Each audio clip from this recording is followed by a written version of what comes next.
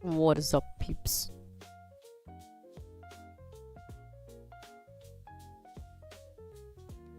Alright, I forgot to open up File Pack. Sup, skinhead? Shut up, beaner.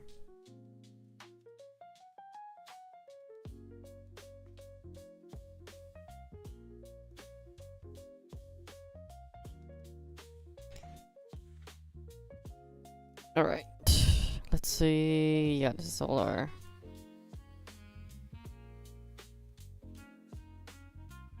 Let's make another one. Glad you culturally Catholic sheep. Gold you culturally Catholic sheeple. Read the Bible. Exactly. He has a point.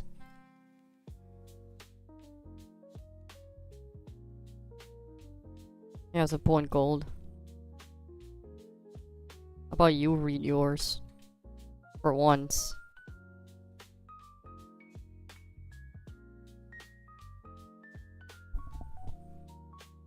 Also, I bought a new necklace. If you got, it's really nice. What do you think? Reminds me of a rosary, though. A bit, but it's not. It's not a rosary. It's just it's a chain. Pretty shiny black.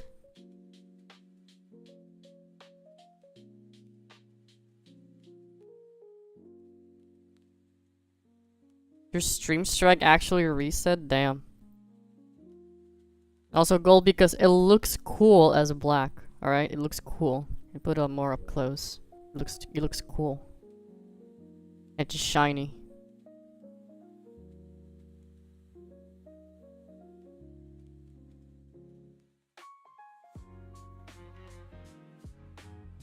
Fucking finish it! No, let's not curse here. Let's not curse here in front of the holy book right now in front of us. Let us pay our respect.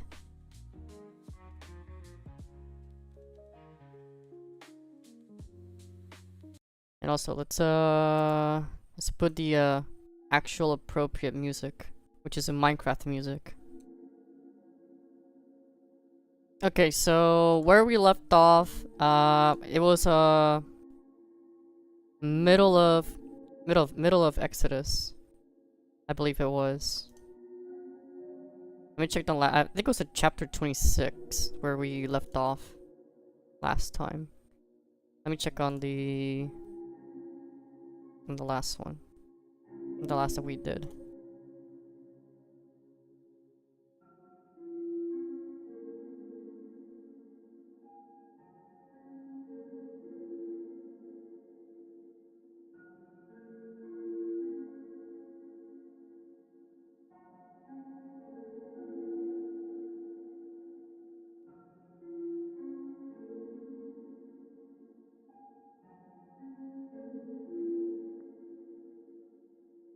Wait, was it?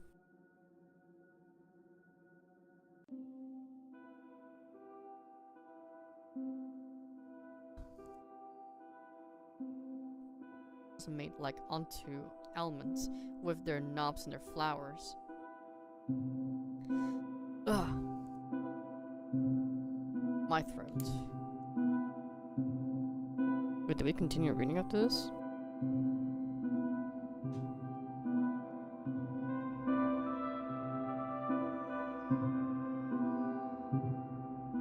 And then knob branches be the light make of hush shall he make it with all these okay, yeah, it was chapter 26.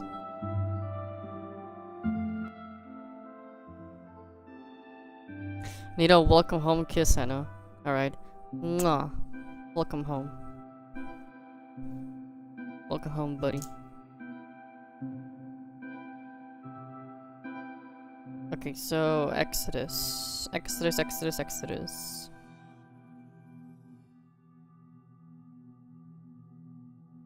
What do we got right now? from Exodus.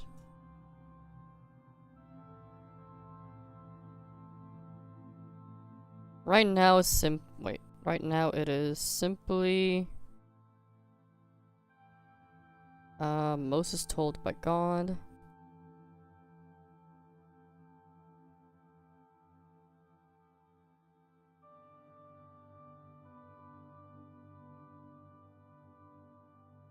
To take the Israelites out. You're fucking right, I'm thirsty. I need that comic dub also, yeah, my fault.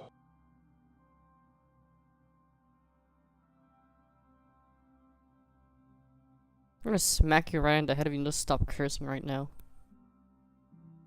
To take the Israelites out of Egypt.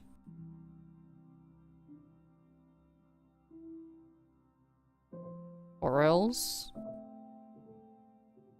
plagues.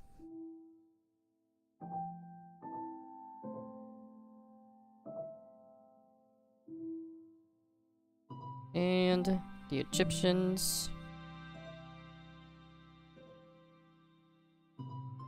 The Egyptians agree at the last moment. Or at the last plague. But they changed their mind.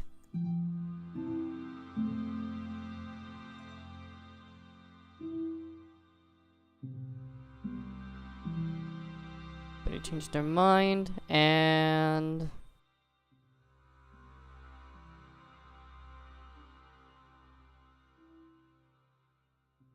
end up how do you say they end up stopped by God from the separation of the Red Sea.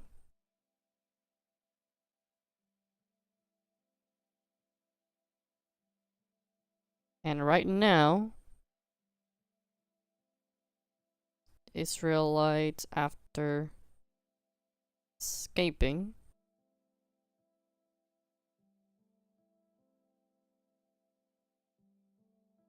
are being crybabies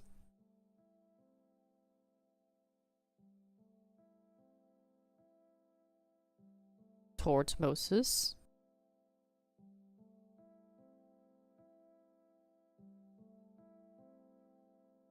And God provides.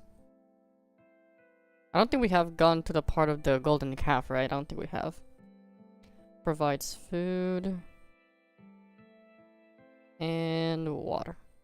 Oh yeah, I don't think we haven't gone to the golden calf part.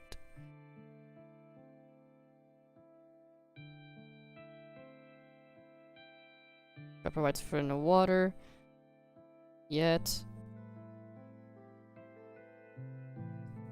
they wish they never left Egypt.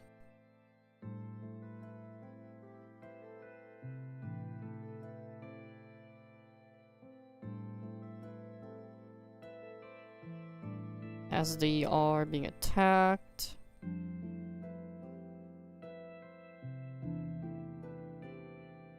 by Amalek. Or Amalekites, I guess.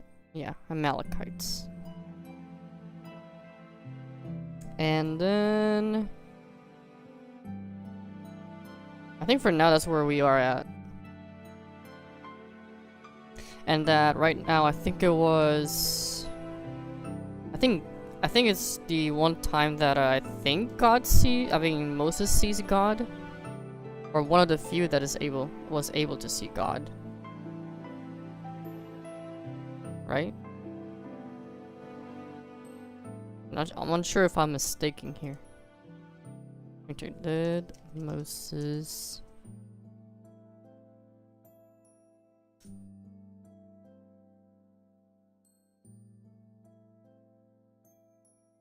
okay, yeah. I don't think we've been to that part yet. Might have spoiled myself a little bit.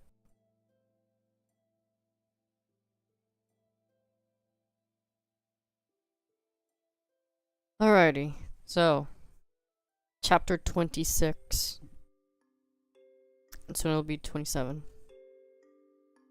Haha. Let me get some water.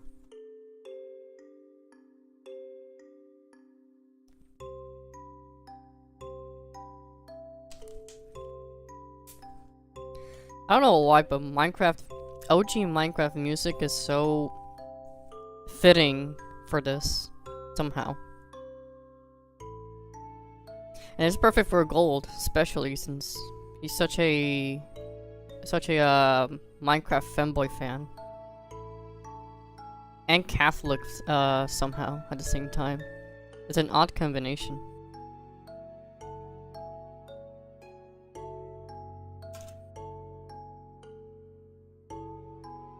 Exactly, you do.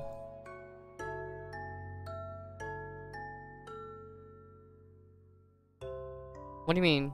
I'm just saying Gold is a femboy Minecraft fan.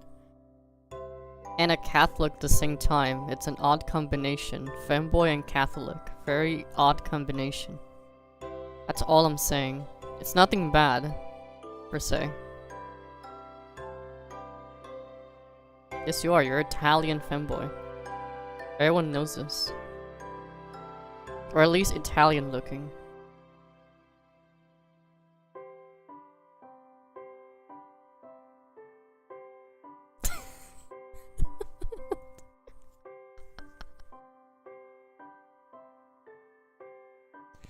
Alright, anyway. I think right now they are like in the making of a tabernacle, is what I am seeing here right now. And they are doing like the measurements of it.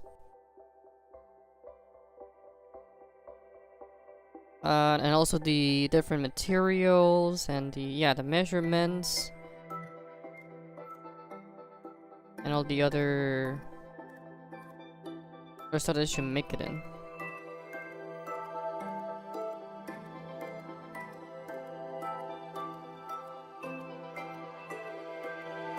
Are they a common thing in the Catholic Church?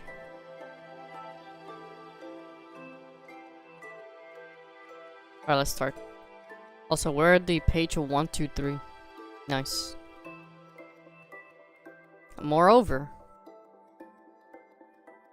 thou shalt make the tabernacle with 10 curtains of fine twined linen, and blue and purple and scarlet, with cherubims of cunning work. Thou shalt make them.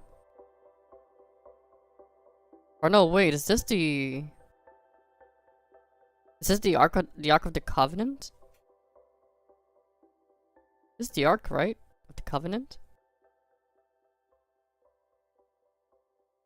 The length of one curtain shall be 8 and 20 cubits, and the breadth of one curtain 4 cubits, and every one of the curtains shall have one measure. The 5 curtains shall be coupled together one to another, and the other 5 curtains shall be coupled one to another.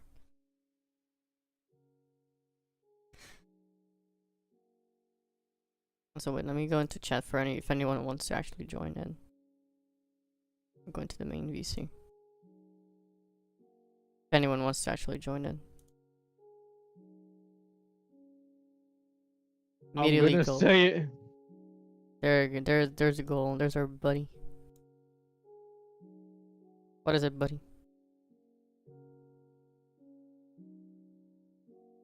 The world.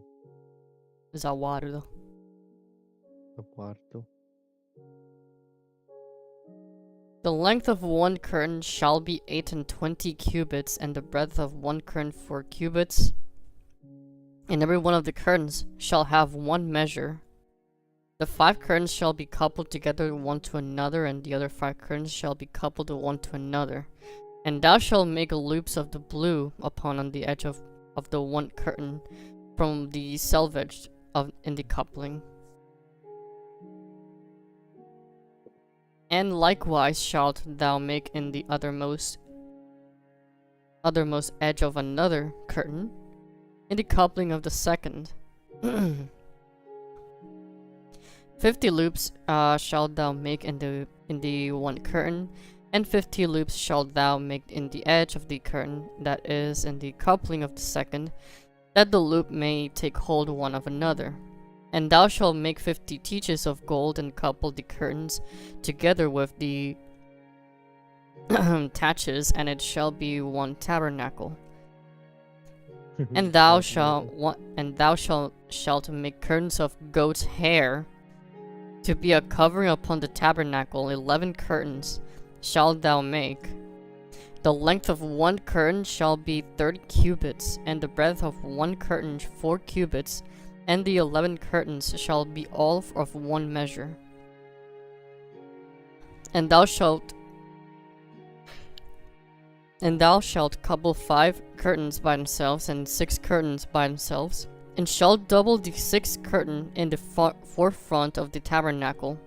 And thou shalt make 50 loops on the edge of one curtain that is outmost in the coupling, and 50 loops in the edge of the curtain which coupleth the second.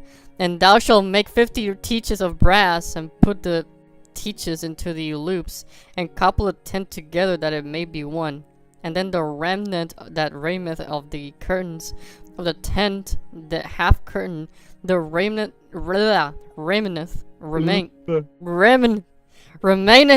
shall hang over the backside of the tabernacle, and a cubit on the one side, and a cubit on the other side of that which remained in the length of the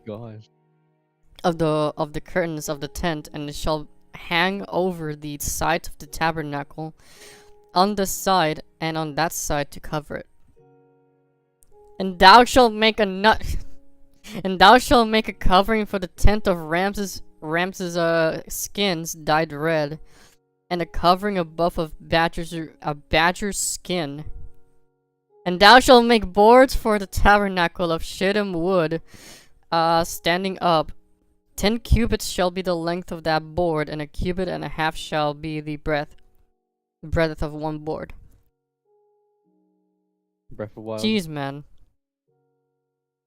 2 tenons shall there be in one board, set in order one against another. Thus shalt thou make for all the boards of the tabernacle. And thou shalt make the boards for the tabernacle, 20 boards on the south side southward. And thou shalt make 40 sockets of silver under the 20 boards, 2 sockets under one board for his 2 tenons, and 2 sockets under another board for his 2 tenons. And for the second side of the tabernacle, on the north side, there shall be 20 boards. There are 40 sockets of silver, 2 sockets under one board, and 2 sockets under one board. And for the sides of the tabernacle, westward, thou shalt make 6 boards. Jesus, man. On a unrelated note, I found an old Pokemon card of mine that goes for 150, which is kind of cool. What card is it? And especially if it's an old one, then yeah, it makes sense probably that it will go for that much. Better be a Lugia. I love Lugia. It's kind of gay. Come on, you cannot tell me Lugia is not a cool Pokemon. Lugia is such an overrated Pokemon. Not gonna lie. Really? I've never heard anyone else say that they love Lugia. Yeah. One of my college friends that is also my coworker loves Lugia. That's one person you named so far. He's one of the biggest Pokemon nerds that I know, and that says a lot. What does that say? It's a cute card, a Pikachu from 2016. A full art.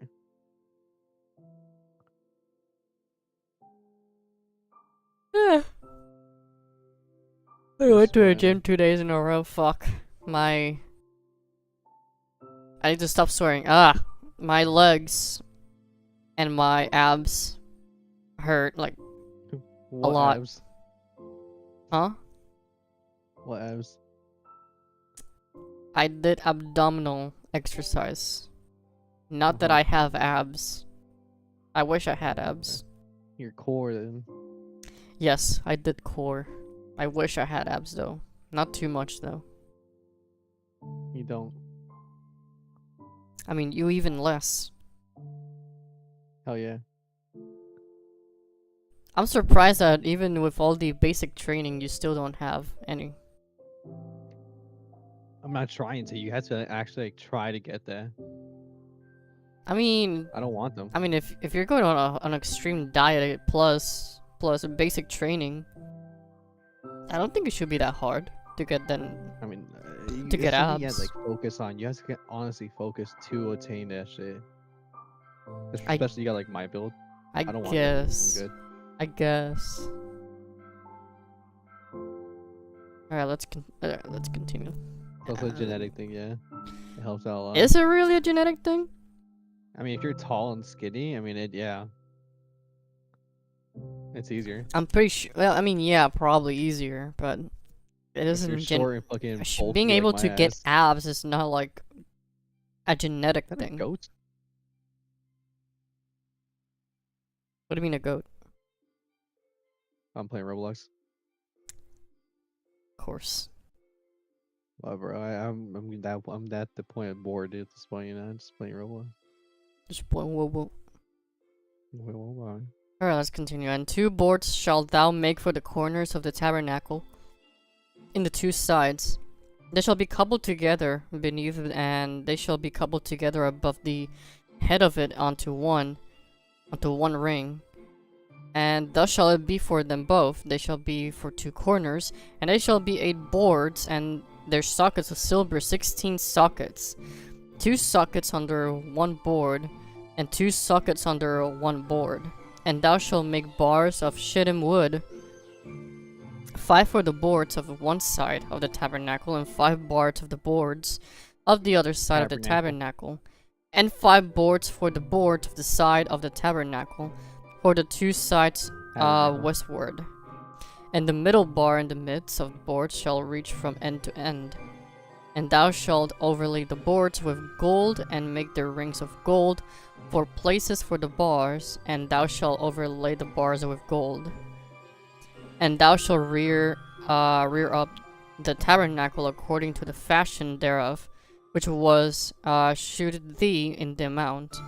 And thou shalt make a veil of blue and purple and scarlet and fine twined linen of cunning work. With cherubims shall it be made. And thou shalt hang it upon 4 pillars of shittim wood, overlaid with gold, and with gold their hooks shall be of gold, upon the 4 sockets of shittim wood. Oh. Shittim wood. Not that, alright? Old English is... I know. And thou shalt hang up the veil under the taches, that thou mayest bring in thither within the veil the ark of the testimony. And the veil shall divide unto you between the holy place and the most holy. And thou shalt put the mercy seat upon the ark of the testimony in the most holy place. Okay, so they are making the ark. I'm guessing they're just putting the ark right at the deepest part of the tabernacle. Then is what they're doing. Or at least that's what that's what I think the tabernacle was supposed to be. Putting the ark right the deepest end.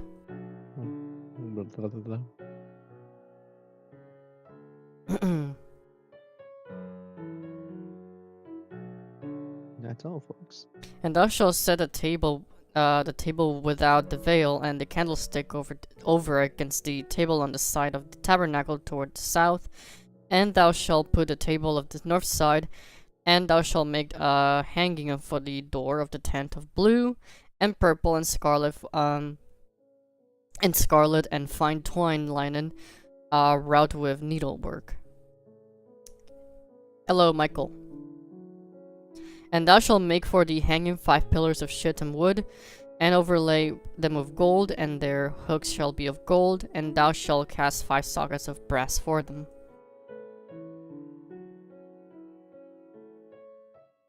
Tabernacle. Do you guys ever think that the Ark of the Covenant is actually recovered and not actually missing? What do you think, Gold? It's like that, like in Indiana Jones, where they throw in a giant storage room. You just thrown into some kind of storage room, and people just don't know what it is. Where they keep like a bunch of like, you know. Or do you world-ending do you think it's artifacts. in the Vatican archives or something? Oh, the Vatican? Yeah, the Vatican's. Like in the catacombs or some shit? Not the catacombs, just the Vatican archives. You know, where apparently I'm not sure if the Vatican archives are something that people can just go in and check out, but I'll go to give it a try. you would give it a try Oh, yeah, to I'd go be in like, there. Yo, Pope, what's good? Hey yo, Pope Leo, what's good? What's good, my homie? Let's go check out those archives, man. Vatican Yeah, probably has well. pretty good, cool stuff, but they don't want to show us. I think there was a skull. I mean, with some adornments on them. I don't remember what it was. Catholic.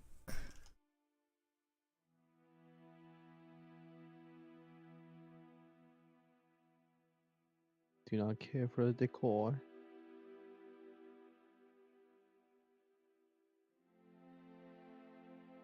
Ah, Sniper. it's the skull of Saint Valentine. Really? Skull of They just have that laying around? Saint Valentine. Yeah, they just have it shown off right there, and it has some pretty adornments around. Well, some flowers, but I thought you meant to give that motherfucker a grill or some shit. yeah, like his remains are just there, but it's sealed with gold. I've ever wondered what the Ark of the Covenant really is, and yes, to your question, they have it. Ron Wyatt found it underneath Golgotha at the foot of the cross. Huh? Is this some kind of conspiracy, or Ron Wyatt? Oh, this guy. I think I've seen this guy.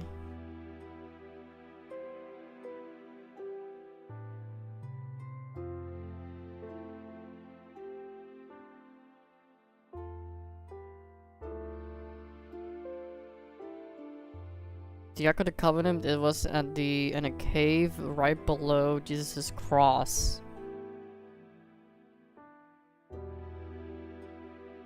A conspiracy, not a theory. Wait, was that actually true though? I know they have classified documents, but they don't show to the people. They probably also have items. Oh, he's just dead. a theory. No shit, he died in the 99. Damn, pretty close to my birthday too, August 4th. 12 days before my birthday.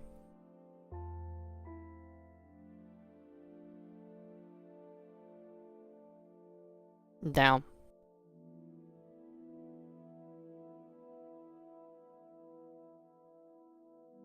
That's crazy. Also, screw you, Velvet.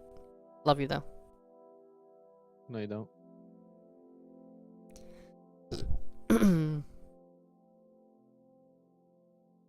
Alright, No, chapter but 27. It's lying.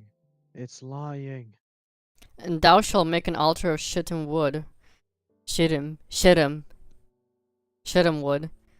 5 cubits long and 5 cubits broad. The altar shall be 4 square, and the height thereof shall be 3 cubits.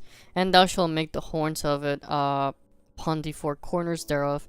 His horns shall be of the same, and thou shalt overlay it with brass.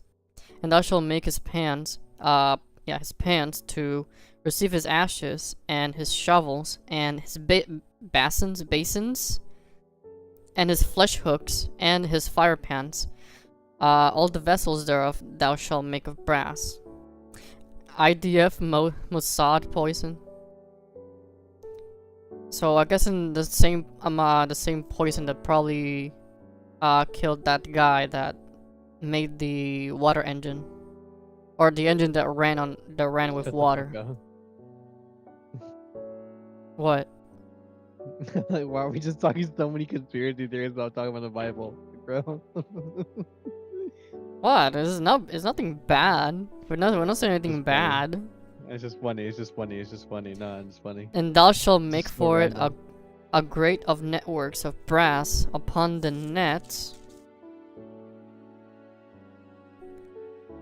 Upon the net shalt thou make 4 brassen rings in the 4 corners thereof, and thou shalt put it under the compass of the altar beneath, that the net may be even to the midst of the altar. And thou shalt make staves for the altar, staves of shittim wood, and overlay with them, and lay them with brass.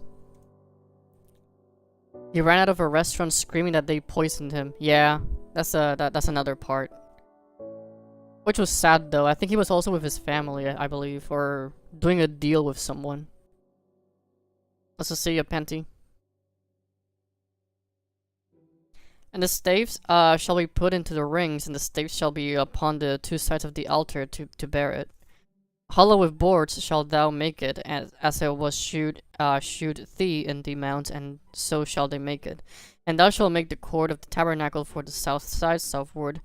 There shall be hangings for the cord of fine twined linen of 100 cubits, long for one side. The 20 pillars thereof, and their 20 sockets shall be of brass. The hooks of pillars and their fillets shall be of silver. And likewise the north side and the length shall there be hangings of 100 cubits long, and his 20 pillars and their 20 sockets of brass, the hooks of pillars and their fillets of silver. And from the breadth of the court on the west side shall be hangings of 50 cubits, their pillars 10 and their sockets 10. And the breadth of the court on the east side, on the east side eastward shall be 50 cubits. The hangings of one side of the gate shall be 15 cubits, their pillars 3, and their sockets 3. And on the other side shall be hangings 15 cubits, their pillars 3, and their sockets 3. So much measurement, man. And for the gate of the court shall be a hanging of 20 cubits for of blue and purple and scarlet and fine twined linen, wrought with needlework, and their pillars shall be 4 and their sockets 4. All the pillars around about the court shall be filled with silver. Their hooks shall be of silver, and their sockets of brass. He not only found the ark, he found specific mountain that Moses met with Abba. Abba? Abba?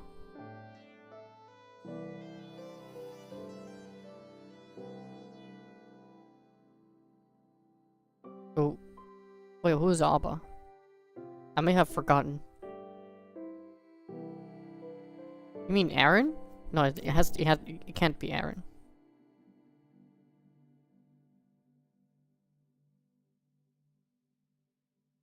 All the pillars around about the court shall be filleted with silver. Their hooks shall be of silver, and their sockets of brass.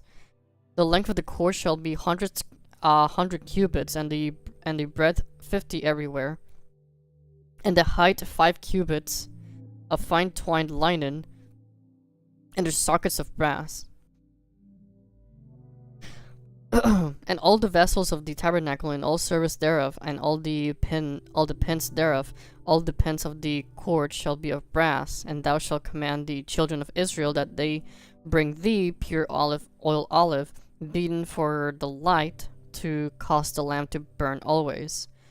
In the tabernacle of the congregation without the veil, which is before the testimony, Aaron and his sons shall order it from evening to morning before the Lord. It shall be a statute forever unto their generations, and on the behalf of the children of Israel.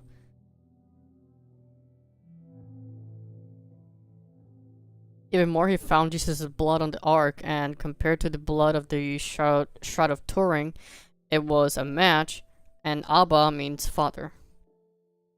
I see.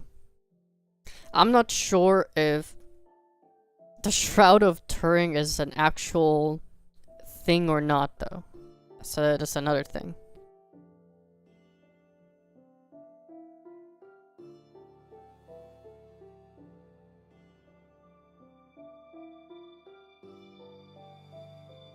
And take thou unto thee Aaron thy brother, and his sons with him from among the children of Israel, that he may minister unto me in the priest's office, even Aaron, Nadab, and Abihu, Eleazar, Ithamar, Aaron's sons.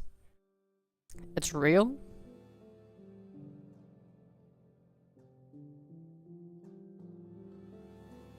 See, I don't know who to believe in that one.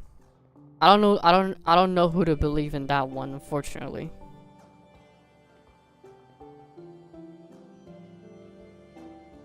Because it's a Shroud of Turin is like it's like a mixed, a very mixed very mixed item, as in like people say a lot of people say it's true, even certain Christians also say it.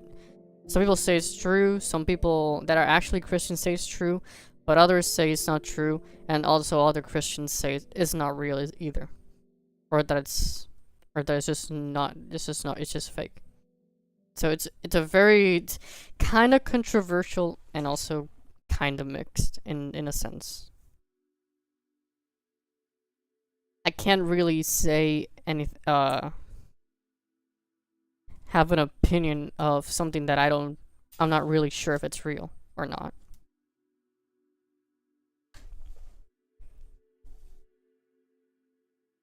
I mean, I could put faith in it, like say, oh yeah, hopefully it's actually real. Ugh. Need some water.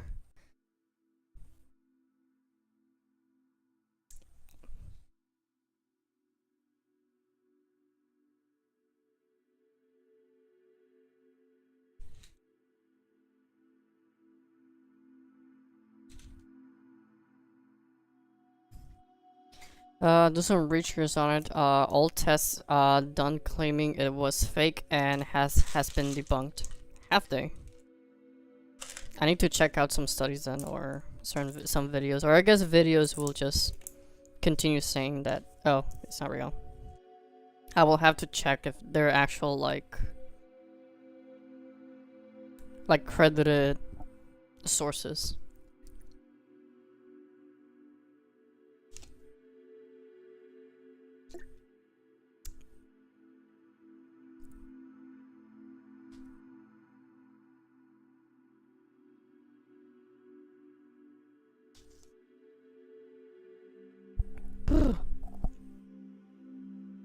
Alright. Okay, so Aaron's sons. And thou shalt make holy garments for Aaron thy brother, for glory and for beauty. And thou shalt speak unto all that are wise-hearted, whom I have filled with the spirit of wisdom, that they make Aaron's garments to consecrate him, that he may minister unto in the priest's office. Shut up, Velvet.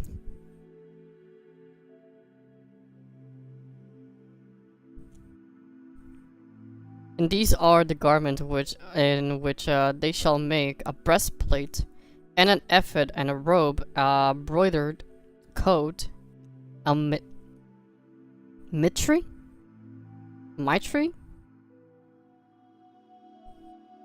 do you say this? A mitre. Mitre.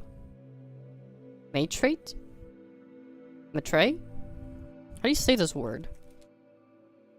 Like, how? Mitre. And a girdle, and they shall make holy garments for Aaron, thy brother and his sons, that he may minister unto me in the priest's office. Garments.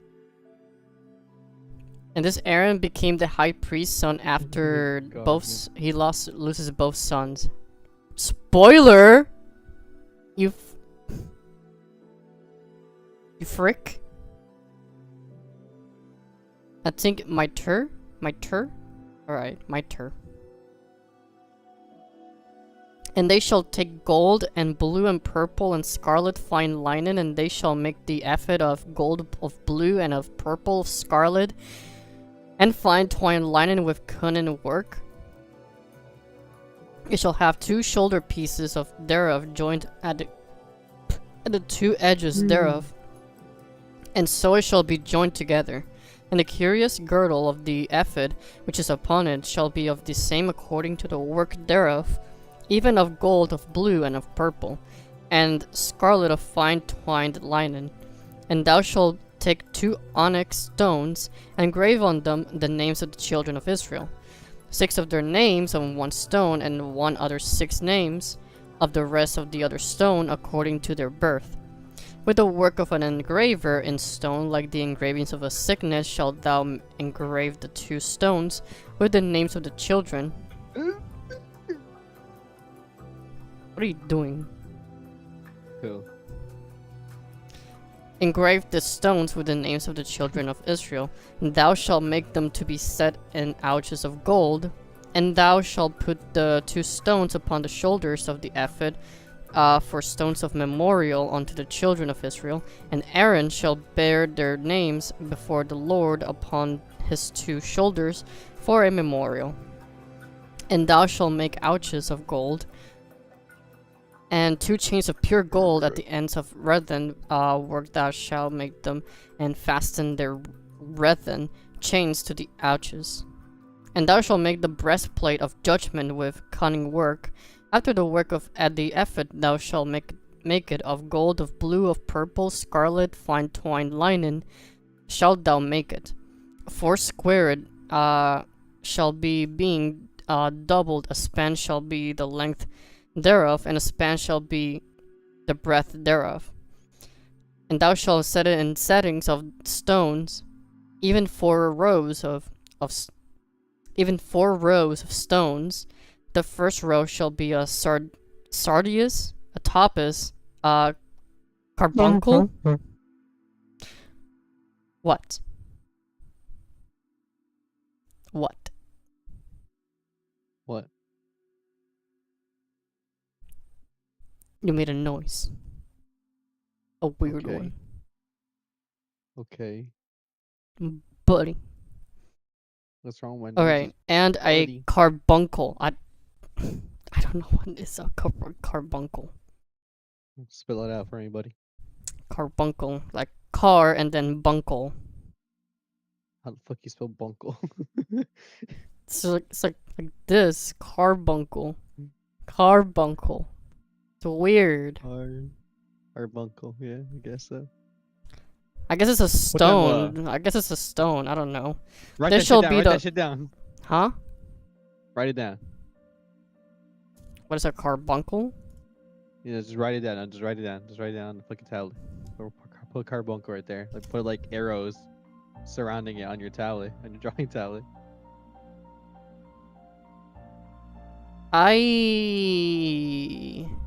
Yeah, I regret searching that up. I regret searching that up. It's It's Why? gross. It's I gross. want to look it up. You don't want to. This shall be the first row, and the second row shall be an emerald, a sapphire, and a diamond. Diamonds! Ew, what the fuck is that? I told you not to look it up. It's like ingrown hair or something. Right, write it. Draw that shit. I'm not drawing ingrown Draw it. hair. Draw it. Ugh. This is what I saw of what it was carbuncle. Basically just ingrown hair. And everything else was just swollen as shit. Add color. I'm not adding color to that. That's fucking gross. You know, it's gonna be reddish and maybe some puss. That's all. Mm-hmm. And maybe a mix of puss and blood.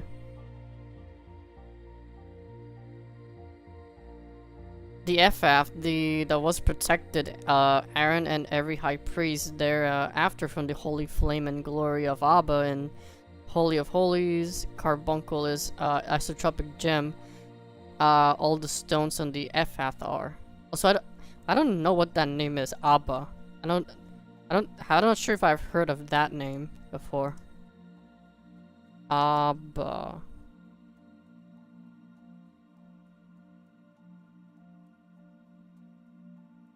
Oh, it's Aramaic. No. Yes, it is. Oh, okay. Basically Never mind. means father. Abba.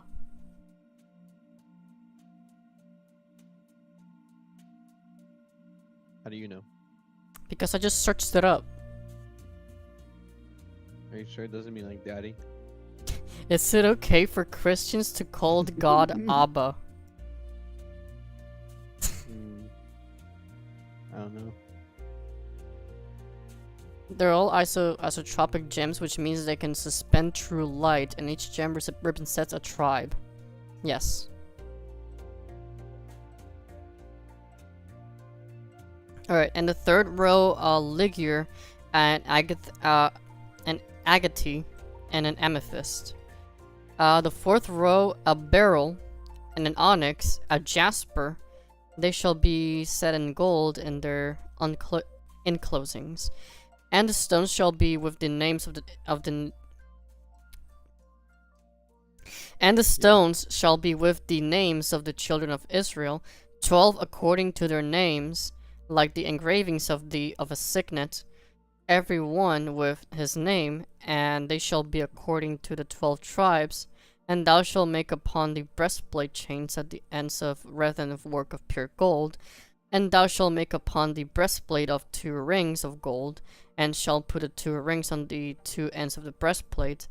And thou shalt put the 2 wreathen chains of gold in the 2 rings, which are on the ends of the breastplate, and the other 2 ends of the 2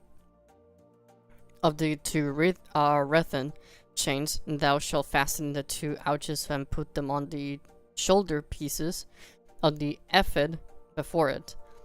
And thou shalt make 2 rings of gold, and thou shalt put them upon the 2 ends of the breastplate in the border thereof, which is in the side of the ephod inward. And 2 other rings of gold thou shalt make and shalt put them on the 2 sides of the ephod underneath, toward the forepart thereof, over against the other coupling thereof, above the curious girdle of the ephod.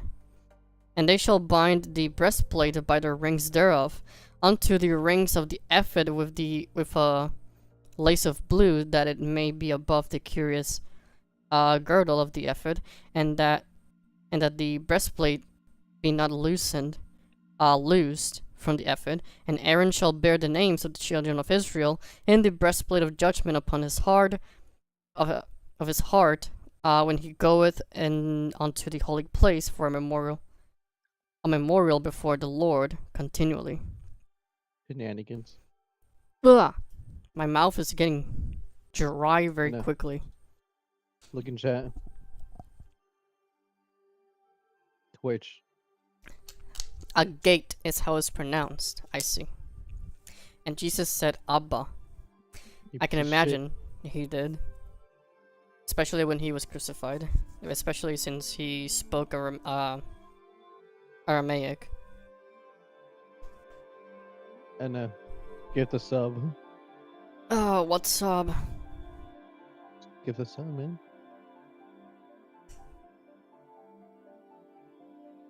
But I imagine he also said it in a very painful way and saddened way. And thou shalt put in the... and Aaron shall bear the names of the children of Israel in the breastplate of judgment upon his heart when he goeth in unto the holy place for a memorial before the Lord continually. And thou shalt put in the breastplate of judgment in the Urim and the Thummim, Urim and Thumming, Tumming, and they shall be upon Aaron's heart when he goeth in before the Lord, and Aaron shall bear the judgment of the children of Israel upon his heart before the Lord continually.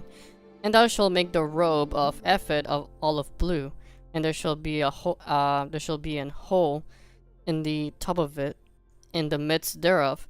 It shall have a binding of woven work round about the hole of it, as if it were the hole of a habergeon, that it be not rent. And beneath upon the hem of it thou shalt make a pomegranate of blue, and of purple, of scarlet round about the hem thereof, and bells of gold between them round about. A golden bell and a pomegranate, a golden bell and a pomegranate upon the hem of the robe round about. And it shall be upon Aaron to minister, his sound shall be heard when he goeth in unto the holy place before the Lord, and when he cometh out, and that he die not. Okay, so this is for protection for Aaron when he goes into the tabernacle, basically the holiest place, probably, with the Ark of the Covenant in it, I imagine. So this is like an armor set, I guess, in order to protect them from... Yeah, in order to protect them from the, I guess, glory of God, so he does not die in his presence. Urim and Thummim, white stone and black stone. One said yes, the other said no. Representative of the two lots, I say. I see. And thou shalt make a plate of pure gold, and engrave upon it like the engravings of a signet. Holiness to the Lord. All in caps. Holiness to the Lord. And thou shalt put it on a blue lace, that it may be upon the mitre. It shall be. And it shall be upon Aaron's forehead, that Aaron may bear the iniquity of the holy things, which the children of Israel shall hallow in all their holy gifts. And it shall be always upon his forehead, that they may be accepted before the Lord. Was it that funny? I'm not sure which part was funny though. I don't know why Gold. I don't know why Gold is laughing his ass off.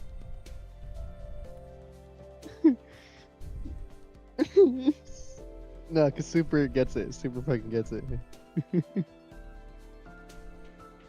Why did you put your tongue in my ear to say that? What, the holiness to the Lord?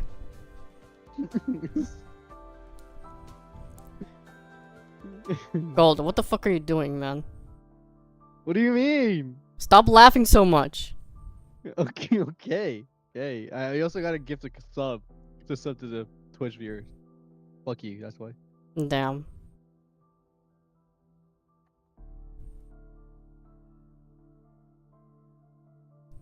Freaking laughing like a fanboy.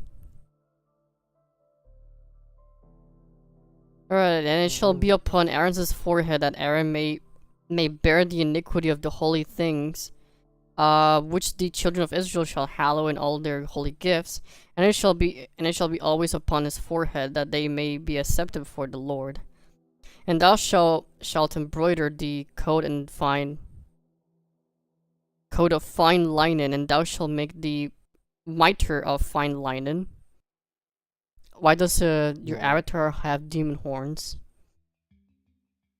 Because it's horny. That maybe, and I don't know. That's just a character. There's a whole fucking lore about it that I was forced to read. What? Well, why it has horns. Oh yeah. I did it right. I This did. I motherfucker. forgot I had lore dump in my server as well. I was forced to proofread it.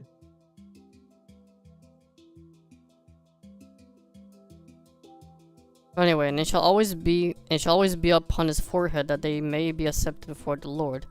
And thou shalt embroider the coat of fine linen, and thou shalt make the mitre of fine linen, and thou shalt make the girdle of needlework. And for Aaron's sons, thou shalt make coats, and thou shalt make for them girdles, and bonnets shalt thou make for them, for glory and for beauty.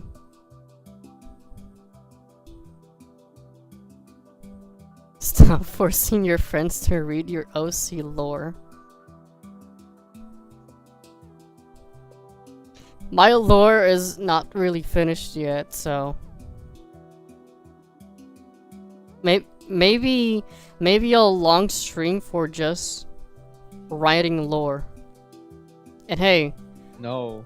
hey, what if no, we actually no, all come no, up with an no, actual good novel? No, What if we actually come up with that in the end? No. Yes! Shut up. We might do it. We might be able to do it. With all our minds combined, we can actually be able to make a nice novel. No. Shut up, we could. And for Aaron's sons, thou shalt make coats, and thou shalt make for them girdles and bonnets. Shalt thou make for them for glory and for beauty. And thou shalt put them upon Aaron thy brother and his sons with him, and shalt anoint them and consecrate them and sanctify them, that they may minister unto me in the priest's office. And thou shalt make them linen breeches to cover their nakedness, from the loins even unto the thighs, and they shall reach. And they shall be upon Aaron and upon his sons when they come in unto the tabernacle of the congregation, or when they come near unto the altar to minister the holy place, and that they bear not iniquity, and die. It shall be a statute forever unto him, and his seed after him. Okay, so only the high priests are able to enter this holy place, which is where the Ark of the Covenant is. And only the seed, I guess Aaron's seed, are able to go in there. You're able.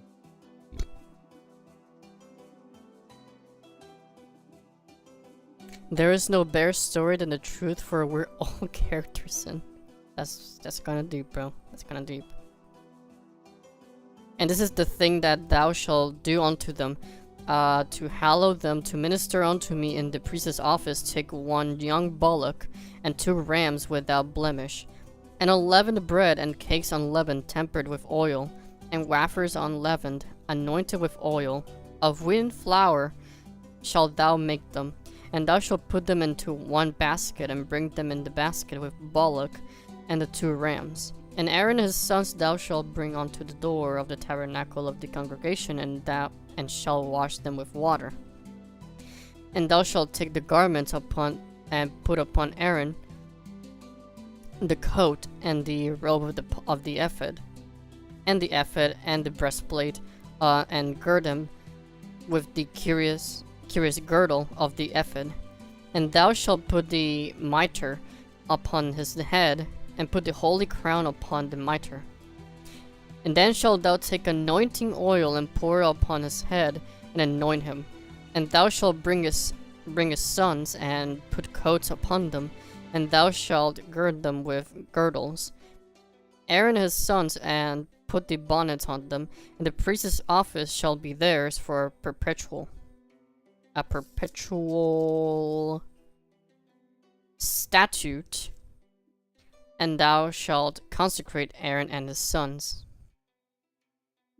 Okay, so this is how they're making the tabernacle, the Ark of the Covenant, how they are promoted into high priests, so they can actually go into the tabernacle and not die in the presence of, at least, a sort of presence of God, so they don't die from it. And only those people that are anointed can go in. And thou shalt cause a bullock to be brought before the tabernacle of the congregation, and Aaron and his sons shall put their hands upon the head of the bullock. Yeah, because Bollock. bollocks. But yeah, in this Bible, I've heard more. I've heard the word "die" more times than I can count in one read. Just like Genesis was just like, this person died, this other person died, then the next person died, and then Enoch walked with God. He was chill. And then this other person died. And thou shalt take of the blood of the bullock, and put it upon the horns of the altar with thy finger, and pour all the blood beside the bottom of the altar. And thou shalt take all the fat that covereth the inwards, and the caul that is above the liver, and the 2 kidneys of the fat that is upon them, and burn them upon the altar. But the flesh of the bullock, and his skin, and his dung. His dung? Flesh of the bullock. What the bullock? Bullock.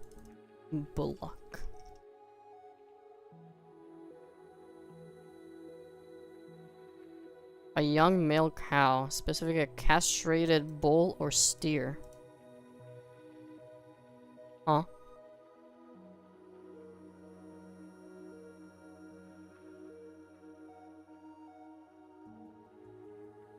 But the oh wait.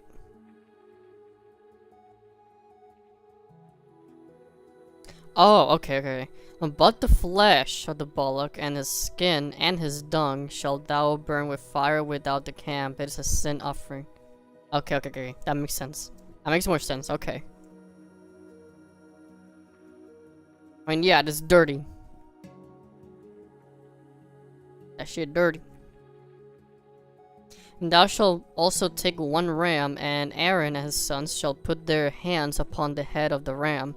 And thou shalt slay the ram, and thou shalt take his blood, and sprinkle it around upon the altar.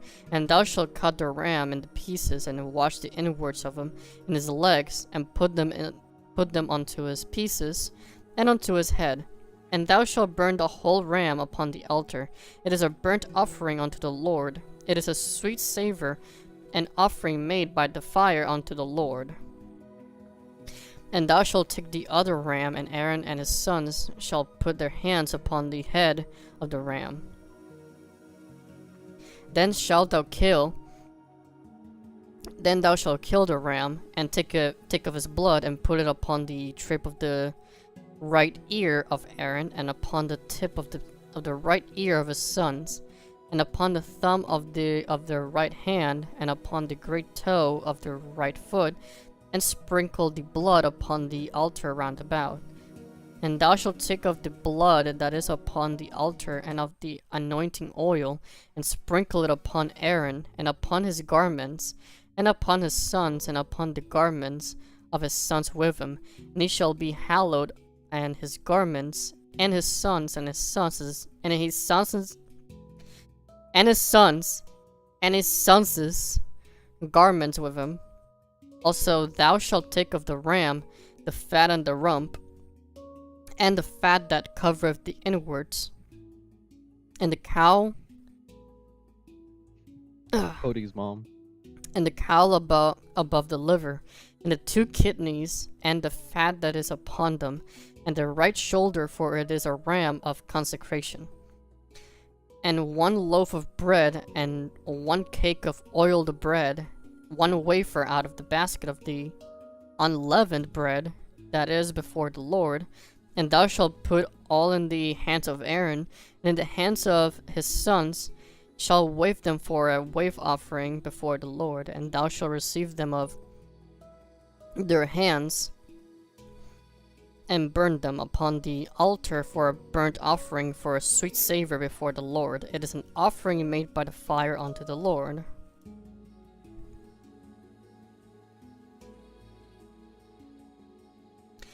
Death is a result of sin. Fear not through especially the one who can destroy the body rather than the one that can destroy body and soul. There are 2 types of death, and one you can repeat, the other you can't. But there is hope in Jesus, who has overcome both. Damn. It's real, man. It's real.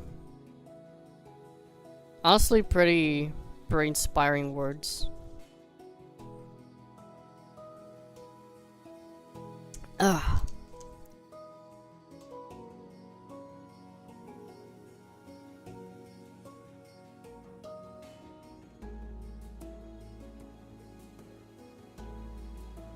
Okay. And thou shalt take the breast of the ram of Aaron's consecration, and wave it for a wave offering before the Lord, and it shall be thy part. And thou shalt sanctify the breast of the wave offering, and the shoulder of the heave offering which is waved, and in which is heaved up, of the ram and of the consecration, even of that which is for Aaron, and of that which is for his sons.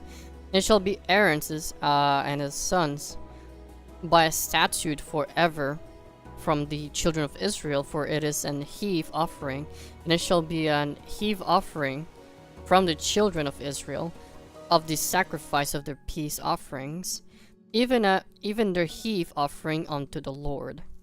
And the holy garments of Aaron shall be his sons after him, to be anointed therein, and to be consecrated in them.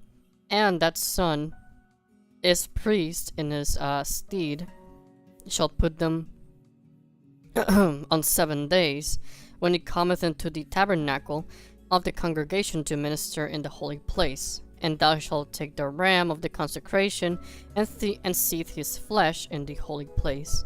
And Aaron and his sons shall eat the flesh of the ram, and the bread that is in the basket by the door of the tabernacle of the congregation. And they shall eat those things wherewith the atonement was made, to consecrate and to sanctify them. But a stranger shall not eat thereof, because they are holy. Do you know why all this with offerings of the bull and the ram? Honestly, I really don't know why specifically the bullock or ram specifically. I know they're probably, I guess at this point in time, they were more quote-unquote clean animals. Because I know that, I know at some point, pork was not allowed. Obviously, it was considered dirty, so I guess bullocks or cows or calves, maybe the sheep or the goats or the rams, maybe they were considered more clean animals. But other than that, I'm not really sure why specifically those two.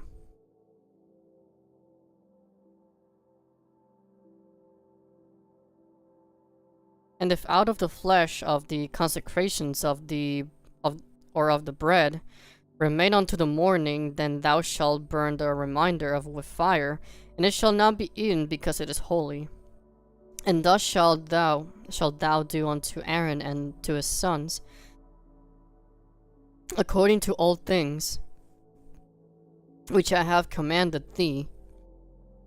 7 days shalt thou consecrate them, and thou shalt offer every day a bullock for a sin offering for atonement.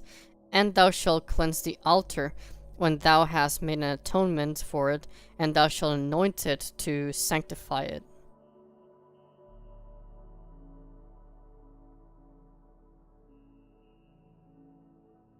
Offer every day a bullock for a sin offering for atonement. Damn.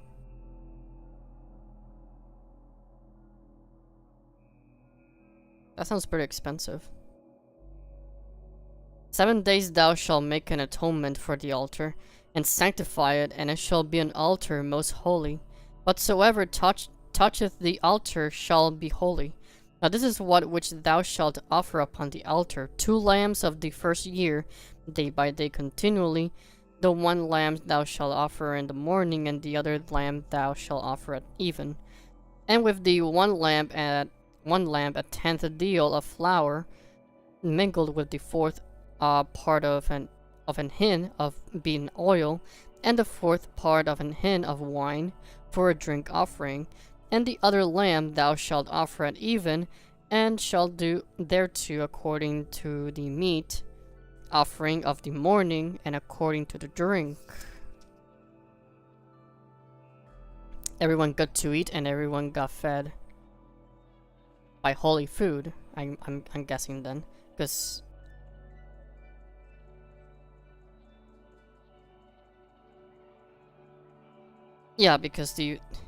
strangers shall not eat thereof, because they are holy. They shall eat those things whereof atonement was made, to consecrate, to sanctify them. So this is a way to atone.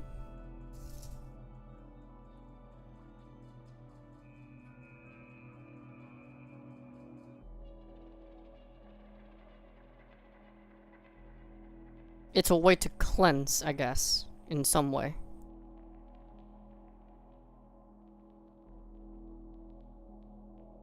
For a sweet savor and offering made by fire unto the Lord, there shall be a continual burnt offering throughout your generations, at the door of the tabernacle of the congregation before the Lord, where I will meet you to speak there unto thee. And there I will meet with the children of Israel, and the tabernacle shall be sanctified by my glory. And I will sanctify the tabernacle of the congregation and the altar. I will sanctify also both Aaron and his sons, to minister to me in the priest's office. And I will dwell among the children of Israel, and I will be their God.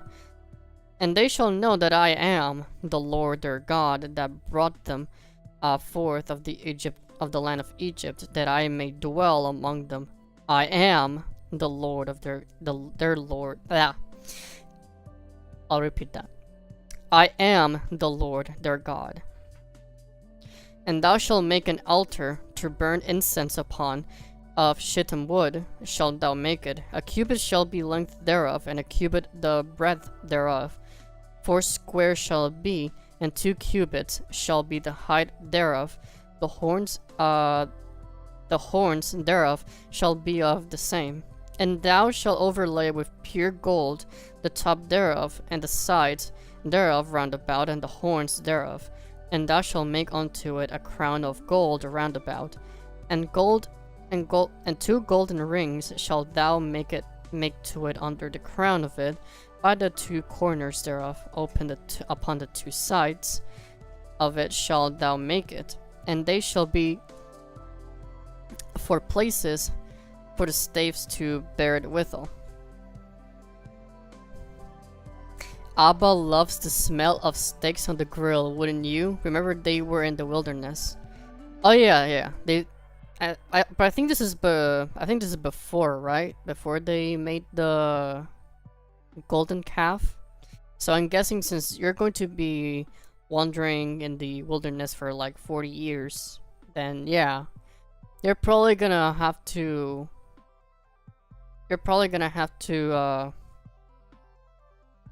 gain some sanity back, you know, by having some delicious juicy meat, and maybe some wine as well. So, you know, to cool off a bit. Maybe to ease your mind a little bit. And thou shalt make the stavers of shittim wood, and overlay them with gold. And thou shalt put it before the veil that is by the ark of the testimony, before the mercy seat that is over the testimony, where I will meet with thee. And Aaron shall burn thereon sweet incense every morning, when he dresseth the lamps. He shall burn incense upon it. And when Aaron lighteth the lamps at even, he shall burn incense upon it, a perpetual incense before the Lord throughout your generations. Ye shall offer no strange incense thereon, nor burnt sacrifice, nor meat offering, neither shall ye pour drink offering thereon. And Aaron shall make an atonement upon the horns of it once in a year with the blood of the sin offering of atonement. Once in the year shall he make atonement upon it throughout your generations. It is most holy unto the Lord. And the Lord spake unto Moses, saying, When thou takest the sum of the children of Israel after their numbers, then shall they give every man a ramson for his soul unto the Lord. When thou numberest them, that there be no plague among them, when thou numberest them.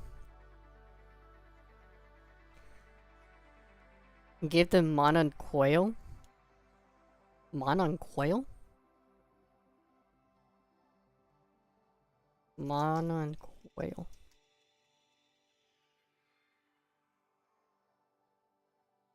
Manna and quail.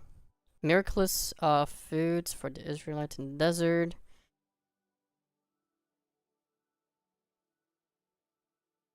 Okay, quail for meat, and manna every morning for 40 years.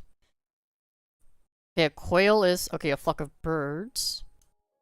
And manna is a flaky seed on the ground after the dew lifts, tasting like honey and wafers.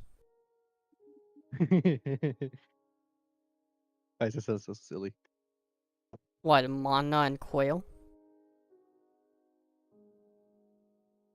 Okay, so they eat like crackers on the morning, and then on the evening they eat I guess meat similar to chicken. Maybe.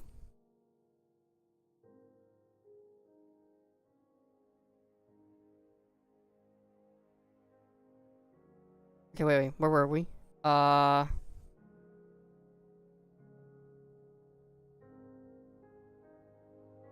Frick.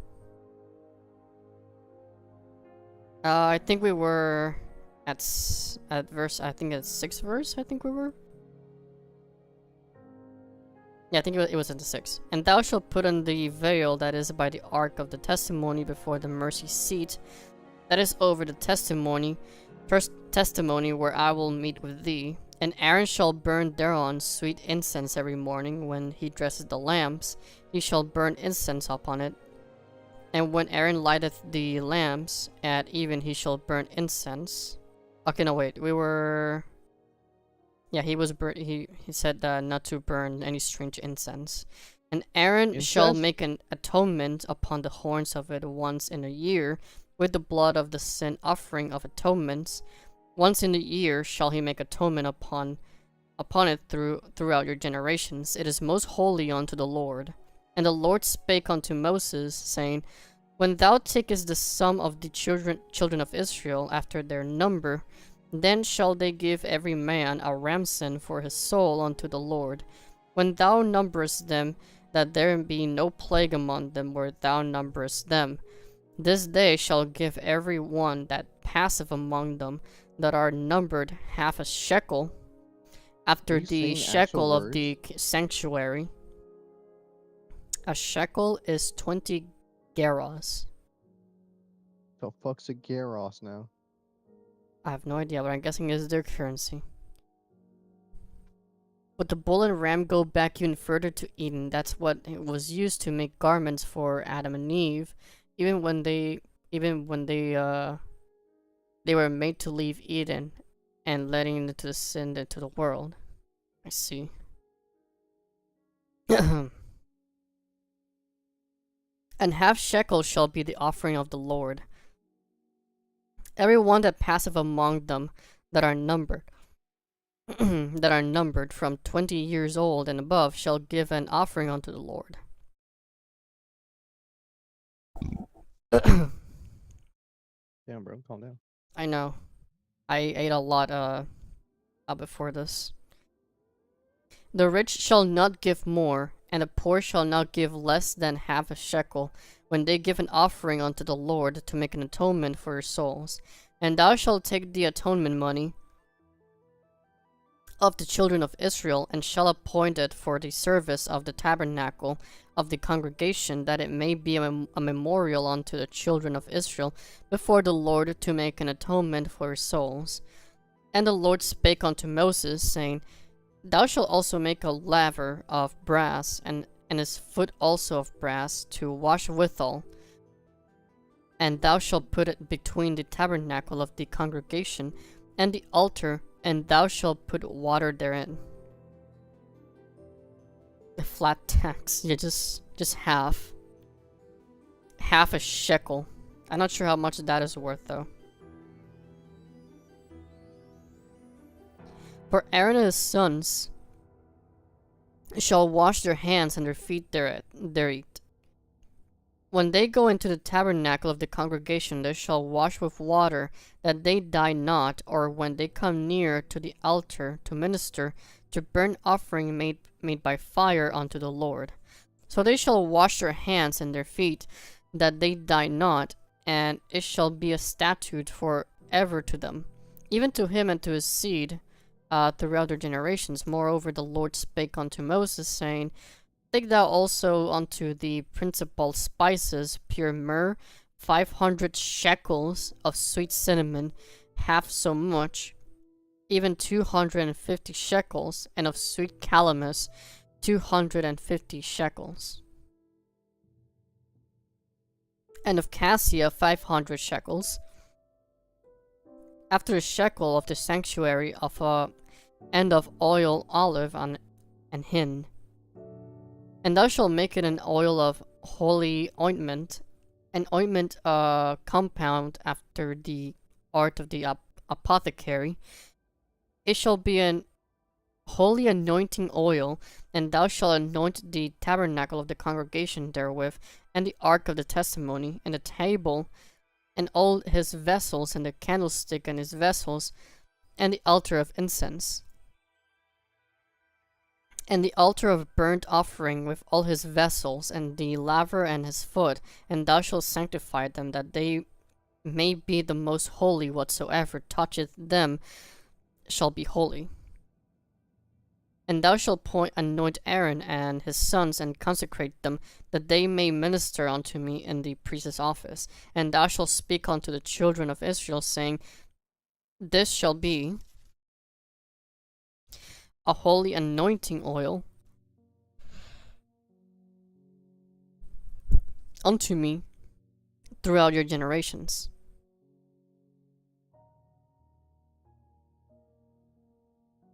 Abraham's bosom, as it was also called. Wait, what was it called?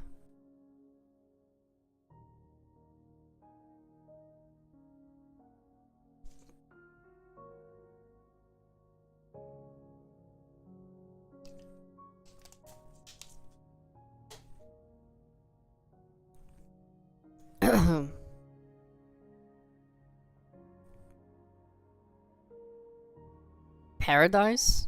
Damn. Nice bosom. Upon man's flesh shall it not be poured, neither shall ye make any other like it. After the composition of it, it is holy, and it shall be holy unto you. Whosoever compoundeth any like it, or whoever putteth any of it upon a stranger, shall even be cut off from his people. And the Lord said unto Moses, Take unto thee sweet spices, stacte, and onycha, and galbanum, these sweet spices with pure frankincense. Of each shall there be like a weight, be a like weight, and thou shalt make it a perfume, a confection after the art of the apothecary, tempered together, pure and holy. And thou shalt beat some of it very small, and put of it before the testimony in the tabernacle of the congregation, where I will meet with thee, and it shall be unto you most holy.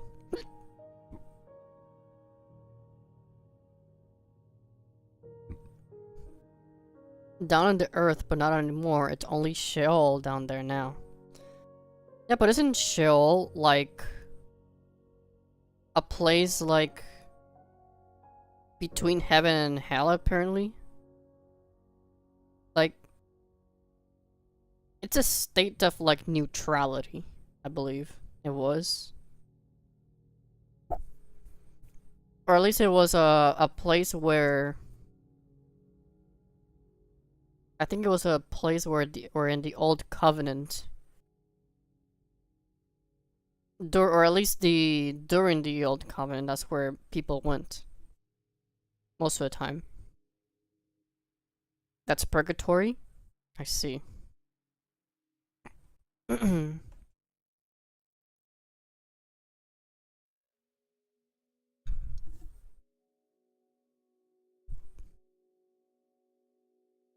Pretty similar.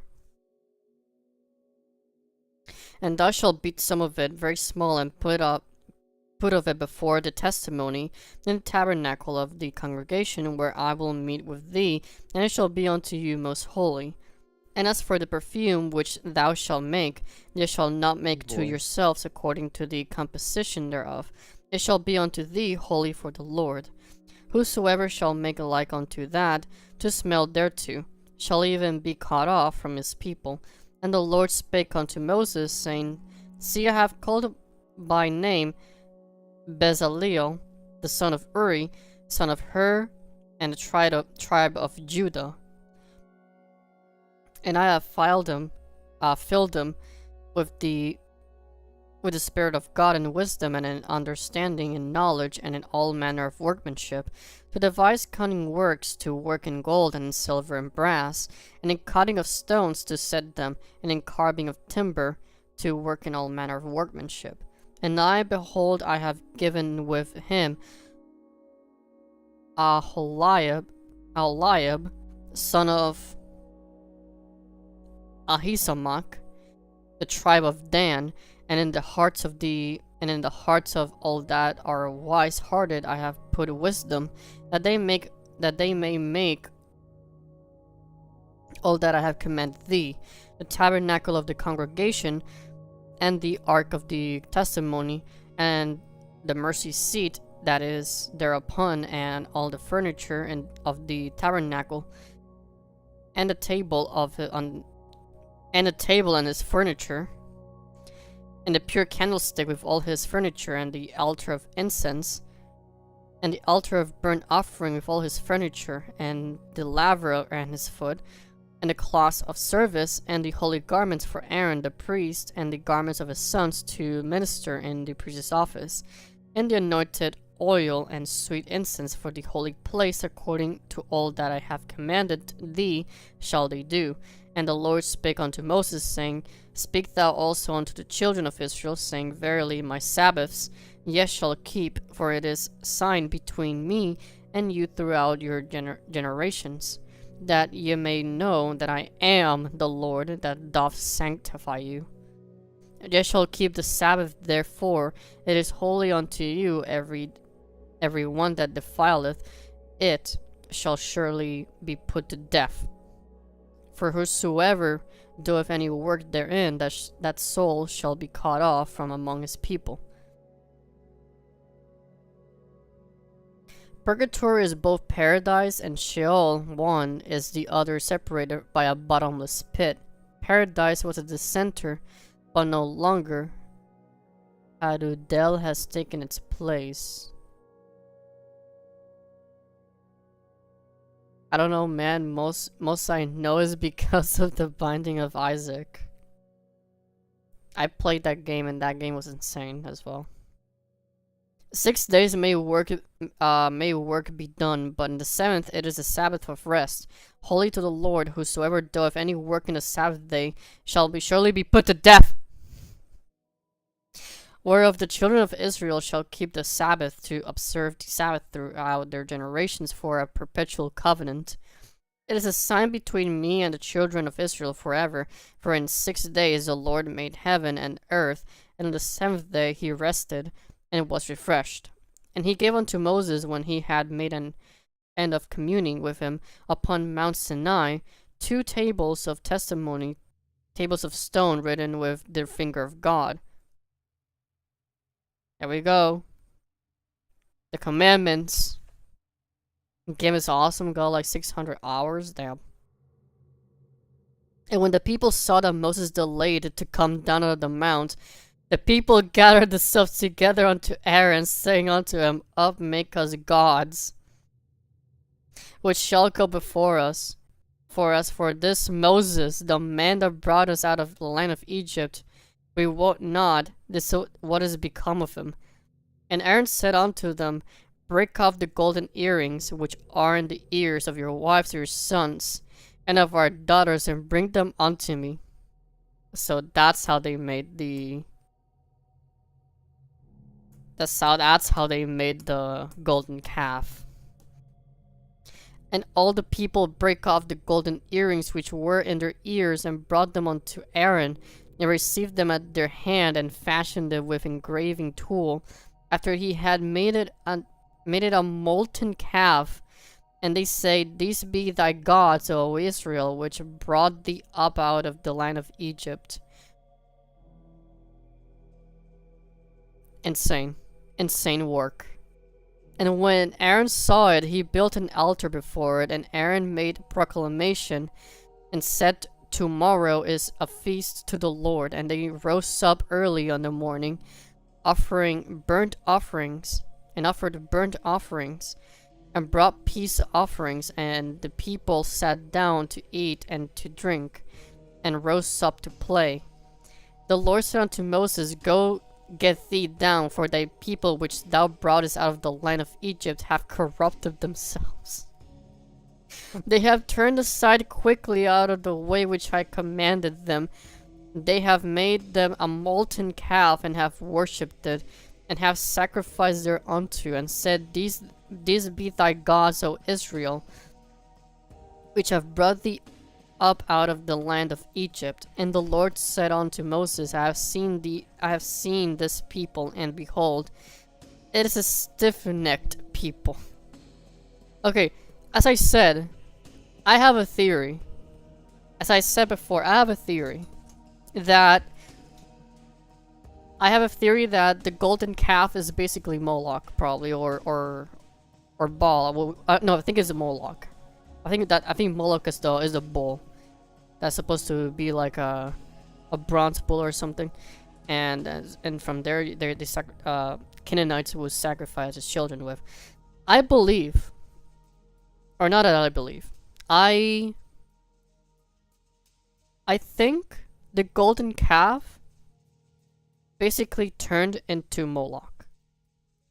Because remember, the Israelites were forced to wander in the wilderness, close to the promised land. Baal and Moloch are the same demon, just different names. Okay, see. But it makes more sense that it's Moloch. And here's why. The golden calf, firstly, is made out of gold, and the Israelites were immediately making sacrifices and peace offerings. And after that, they are forced to travel the wilderness for 40 years, close to the promised land, but they can't step in it.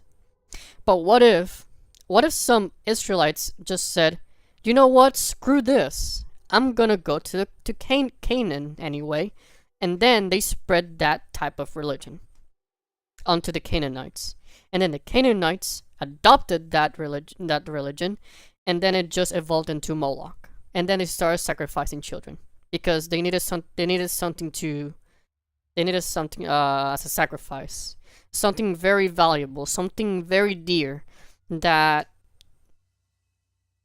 as a peace offering. Just a theory or something, alright?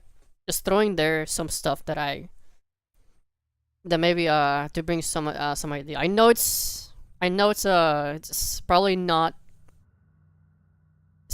accurate, but just an idea. Alright, so now we know how they made the golden calves. They basically used their adornments, their golden earrings, and everything they had on their ears, and everything that their wives and daughters were wearing. Just melted and shaped it like a calf, and then just worshipped it. At this point, Moses was up in the mountain entertaining the angel of the Lord, and everyone down there had run out of livestock to eat, and started sacrificing their children and eating them.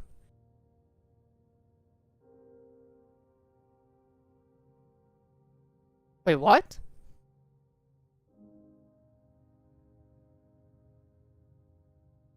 Did they actually? I mean, I would believe the livestock part. Does that happen next? Wait, did I miss something in the reading?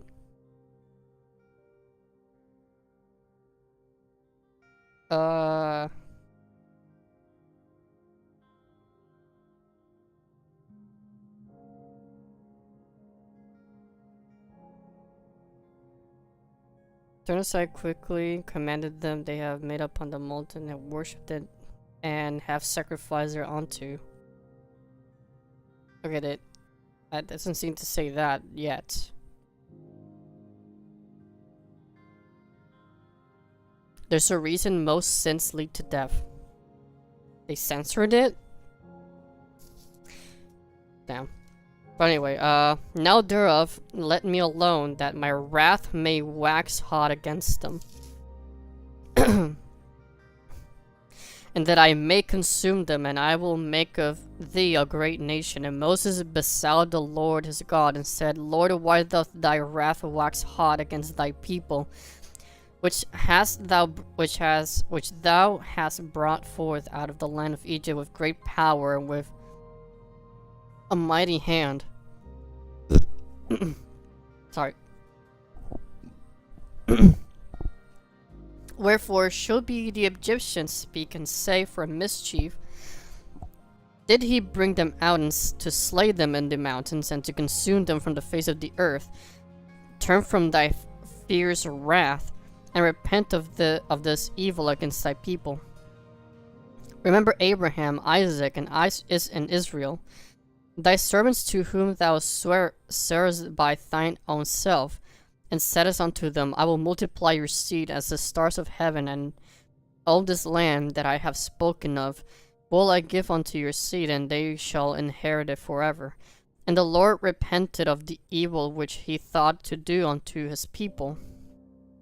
And Moses turned on and went down from the mountain, and the 2 tables of the testimony were in his hand. The tables were written on both their sides, and on one side on the one side, and on the other were they written. The tables were the work of God, and the writing was the writing of God, graven upon the tables. And when Joshua heard the noise of the people as they shouted, he said unto Moses, there is a noise of war in the camp.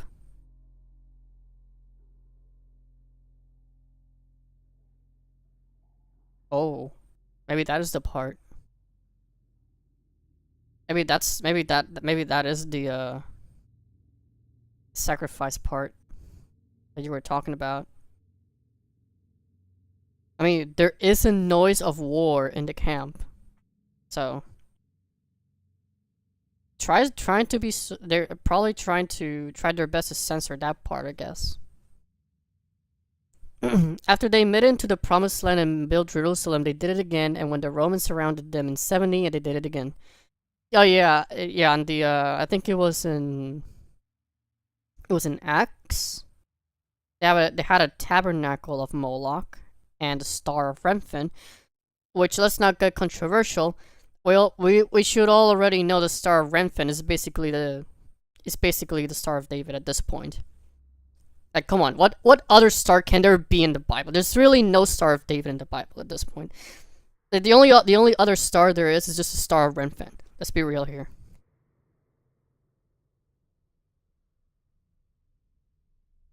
And he said, "It is not the voice of them that shout for mastery, neither is it the voice of them that cry for being overcome, but the noise of them that sing do I hear." And it came to pass, as soon as he came nigh unto the camp, that he saw the calf and the dancing, and Moses' anger waxed hot, and he cast the tables out of his hand, and breaking them beneath the mount.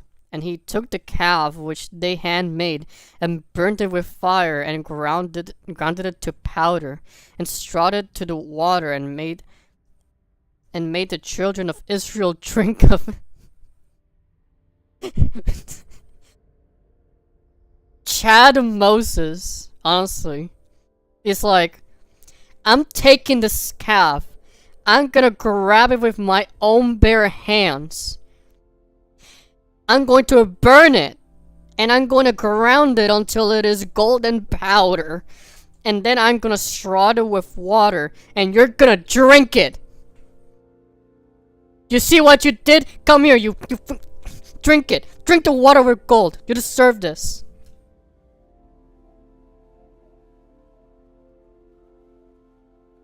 Dove has many meanings of a woman or child in a few definitions. I see.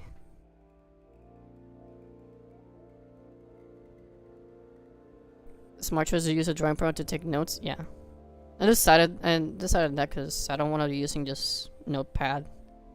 Don't want to make it too dull, you know. Oh yeah, let me put that it's a part of the notes. Actually.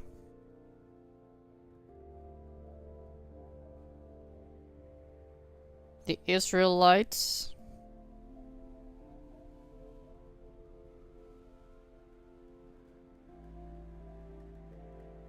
being crybabies.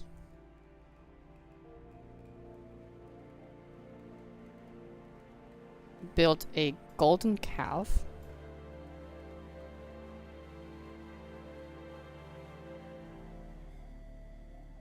Out of impatience.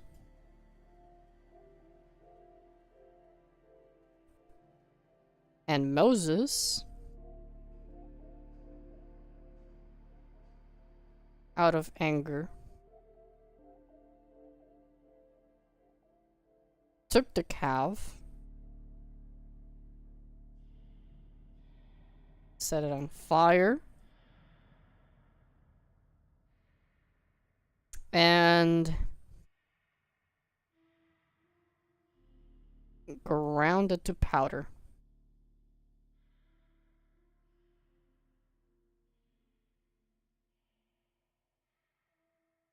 Forcing them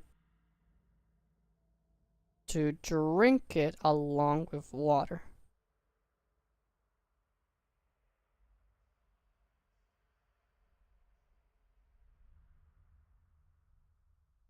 I didn't know that part, by the way. I didn't know that part. That Moses had actually just grabbed the golden calf in its entirety. I'm not sure if it was too big of a statue, but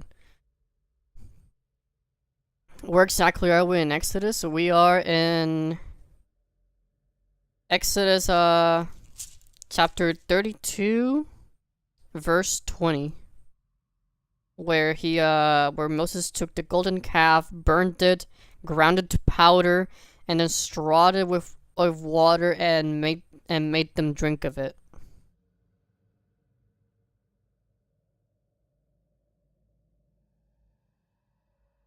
Which is Chad. Total Chad is Moses. And Moses said unto Aaron, what did this people unto thee, that thou hast brought so great a sin upon them? And Aaron said, let not the anger of my Lord wax hot. Thou knowest the people, that they are set on mischief. So he's aware that they're actually. So Aaron is aware that these people are actual crybabies and a bunch of children. Do you know why he made them drink it? I don't, but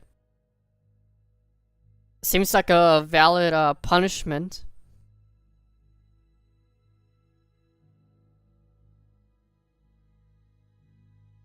Unless it's a way to purify.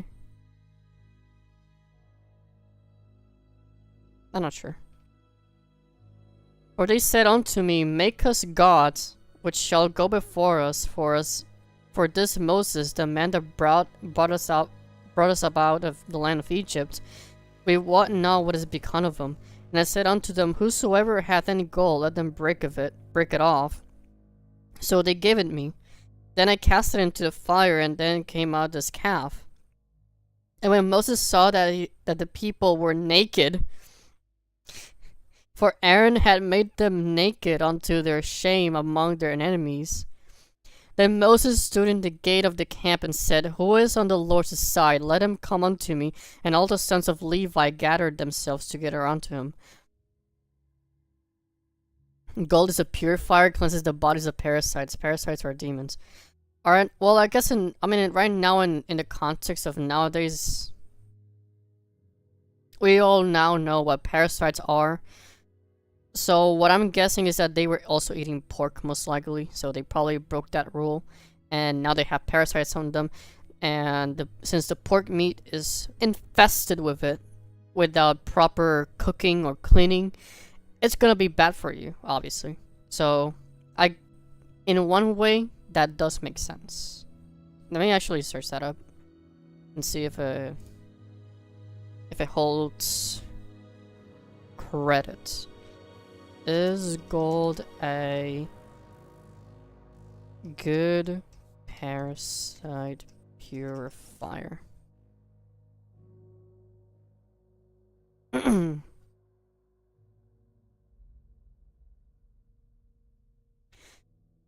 Okay, so gold nanoparticles and gold chemical complexes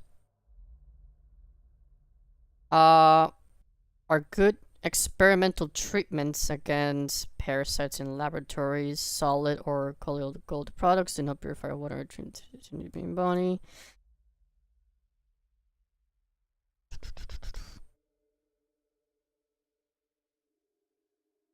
Or maybe yeah, maybe in gold nanoparticles, maybe, yeah. Since it was made into a powder.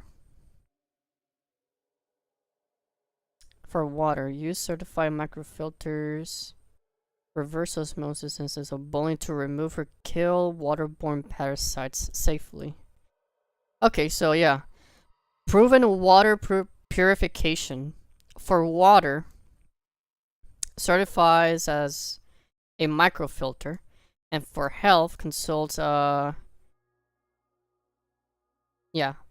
approved medication if you suspect a parasitic infection.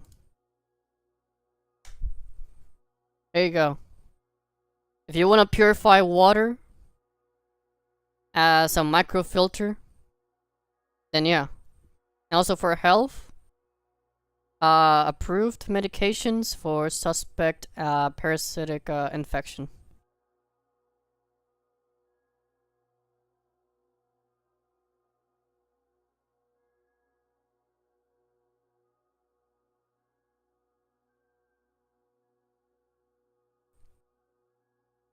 So yeah, it's supposed to be golden nanoparticles. Let me search another part. Is gold nanoparticles usually powdered?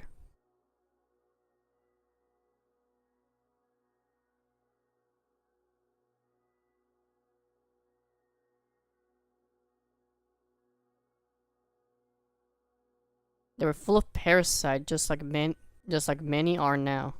Can I ask what your favorite verse is? I love hearing the new ones, so I ask everyone, minus Luke 15:7, from the parable of the lost sheep.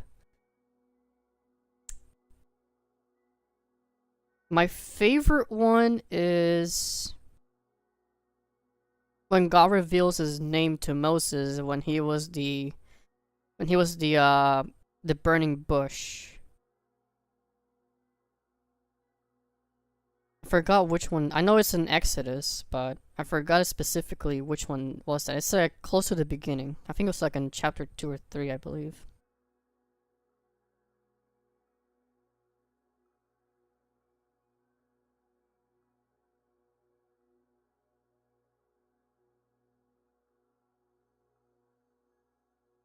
Okay, so is gold nanoparticles, usually powdered, produced and stored as liquid suspensions known as colloidal gold. Gold nanoparticles are almost always synthesized in a liquid, usually pure water or buffer solutions, because dry nanoparticles tend to clump together permanently due to high surface energy. It's a stabilizer. They must remain attached to in liquid to keep the tiny gold pieces separated, and then dry powdered requires complex processing and extra additives, as dry gold nanopowders do not easily redisperse back into. Okay, in medicine, suspensions are engineered for targeted drug delivery and lab imaging. In diagnostics, liquid gold nanoparticle solutions are the core component of rapid lateral flow tests. Okay, so like a home antigen or pregnancy tests. Okay, so that holds up actually for what Michael has said. I've seen a lot of the Old Testament. I know the part you're talking about because I watched the Veggie Tales a lot as a kid. Now whenever I think of that verse of when God as a burning bush says his says his name onto Moses, it reminds me of that Moses DreamWorks movie, and it shows it perfectly, honestly. Some commentary I see from John Calvin and Jamieson Fawcett Brown say that the reason Moses ground up from the gold and made them drink, it was for humiliation. That's what I also thought for a moment, as in like for humiliation, as in like, you made this, you're gonna drink it. You're gonna drink it now out of shame. And what's the saying?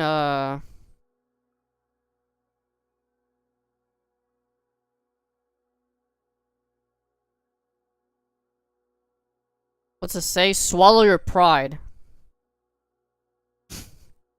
They literally swallowed it after that. But anyway, let's continue. Alright. Then Moses stood in the gate of the camp and said, "Who is on the Lord's side? Let him come unto me." And all the sons of Levi gathered themselves together unto him. And he said unto them, "Thus saith the Lord, God of Israel, put every man his sword by his side, and go in and out from the gate to gate throughout the camp, and slay every man his brother, and every man his companion, and every man his neighbor." And the children of Levi did according to the word of Moses, and there fell of the people that day about 3,000 men.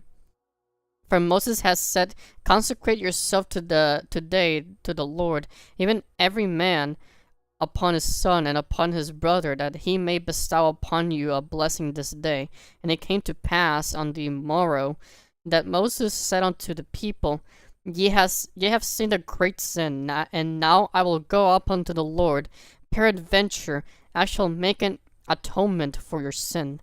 And Moses returned unto the Lord and said, "O this people have sinned a great sin, and have made them gods of gold. Yet now, if thou wilt forgive their sin, and if not, blot me, I pray thee, out of thy book which thou hast written." And the Lord said unto Moses, Whoever hath sinned against me, him will I blot out of my book. Therefore now go lead the people unto the place of which I have spoken unto thee. Behold, a mine angel shall go there, go before thee. Nevertheless, in the day when I visit, I will visit their sin upon them. And the Lord plagued the people, because they made the calf which Aaron made. Oof. Azazel fell because of pride. Do you know what pride is? I mean... depends on which kind of pride. If you mean like Lucifer pride, that's different, but... What translation are you reading from? This is the King James Version Bible. Saiyan pride? Can imagine Vegeta. That's a Catholic now.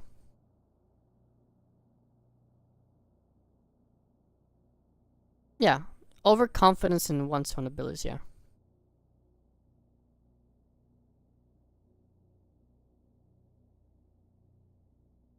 And the Lord said unto Moses, Depart and go up hence, thou and people which thou hast brought up out of the land of Egypt, unto the land which I swear unto Abraham, and to Isaac, and Jacob, Israel, saying unto thy seed will I give it, and I will send an angel before thee, and I will drive out the Canaanite, the Amorite, Hittite, Perizzite, Hivite, Hebuzite, unto a land flowing with milk and honey. Goku and Jesus? Not gonna lie, I think Goku and Jesus will get along very well. I think at first, they will shake hands, and then Goku is gonna be like, whoa, I feel so much power going through you.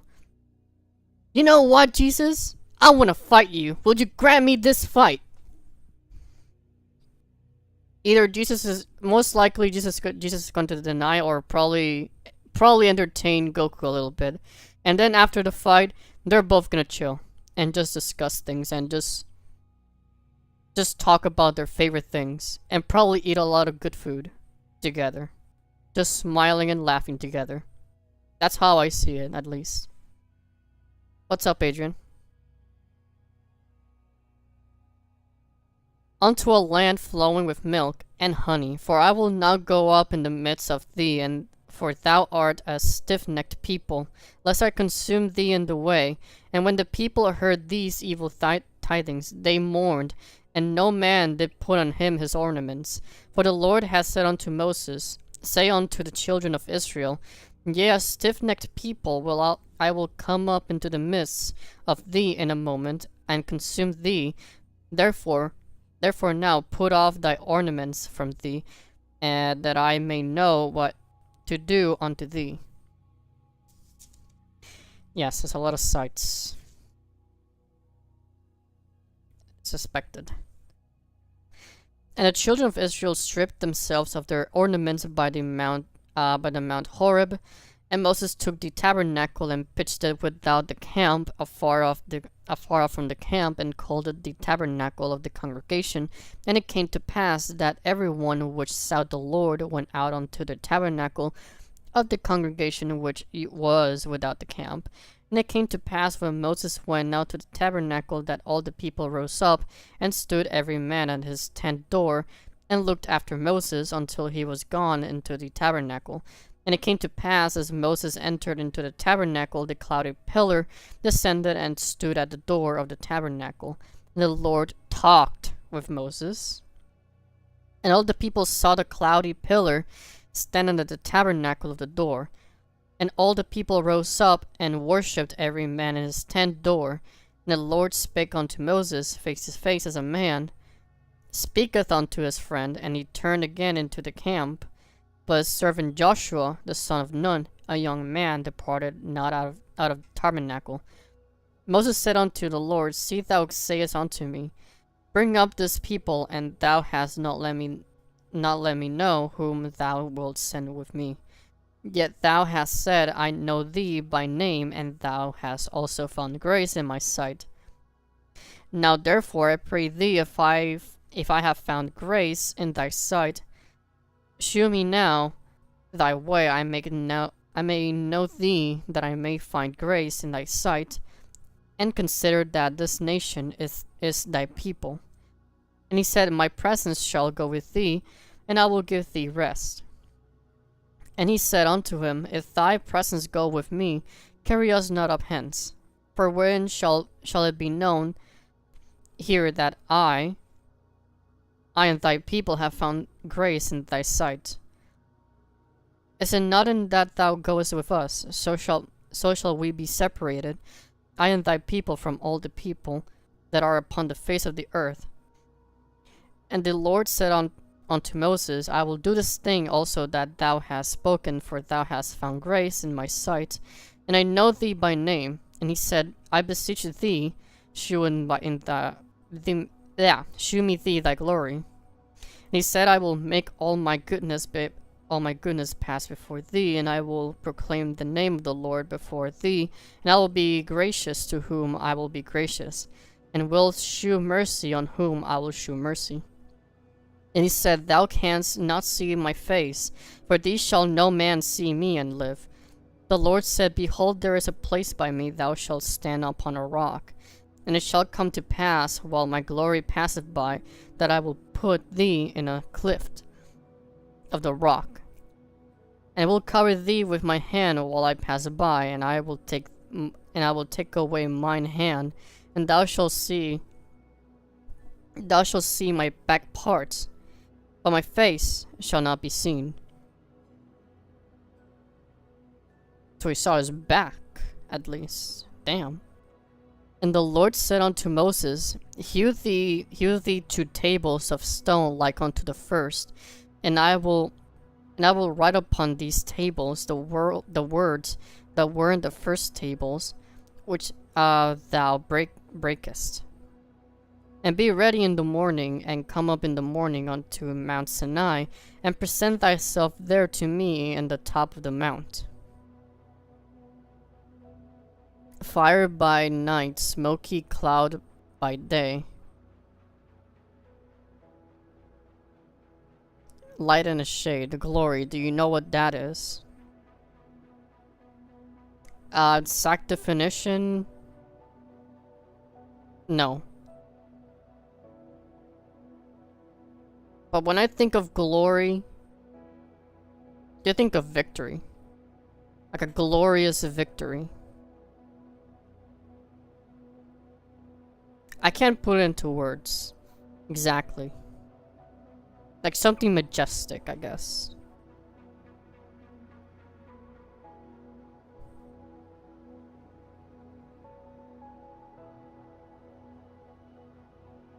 Nobody can see the Father's face and survive, save one, Jesus. So through Jesus, you're the only. So with Jesus, you only able to survive by seeing the Father's face. Maybe?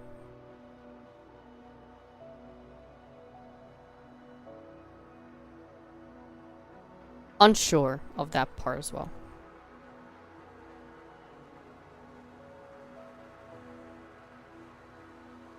And no man shall come up with thee, neither let any man be seen throughout all the mount, neither let the flocks nor herds feed before that mount. And he hewed 2 tables of stone like unto the first, and Moses rose up in the early morning, and went up unto Mount Sinai, as the Lord had commanded him, and took in his hand the 2 tables of stone. The Lord descended in the cloud, and stood with him there, and proclaimed the name of the Lord. And the Lord passed by before him, and proclaimed the Lord God, merciful and gracious, long-suffering, abundant in goodness and truth, keeping mercy for thousands, forgiving iniquity and transgression and sin, and that will by no means clear the guilty, visiting the iniquity of the fathers upon the children, and upon the children's children unto the third to the fourth generation. And Moses made haste and bowed his head toward the earth and worshipped. And he said, If now I have found grace in thy sight, O Lord, let my Lord, I pray thee, go among us, for it is a stiff-necked people, and pardon our iniquity and our sin, and take us for thine inheritance. Okay, now this one right here, chapter 34, verse 9, is a pretty nice short prayer right here. I'd say it's a pretty nice prayer right here. In Hebrew, glory means presence, heaviness, seriousness, weightness. Stumbled here. What are you up to? Just reading through Exodus. Just studying the Bible. Just studying it, you know? Just reading and I don't know. Having a journey, you know? One wrong move and you're destroyed. That is the glory of Abba. Yeah, exactly. And a great sin that they somehow actually managed to survive and not get obliterated or consumed by the earth itself. Because also what this bookmark when I bought the Bible. And hey, it tells of it hopes for a nice journey, alright? Get to know the story from the Bible beginning to end. And discover how God created you and to have a relationship with Him.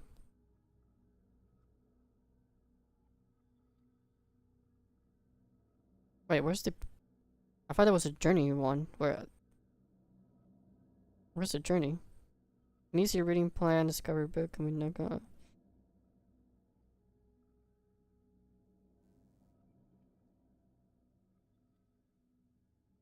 I am sure there was something about a journey. Isn't in the beginning? Let me check.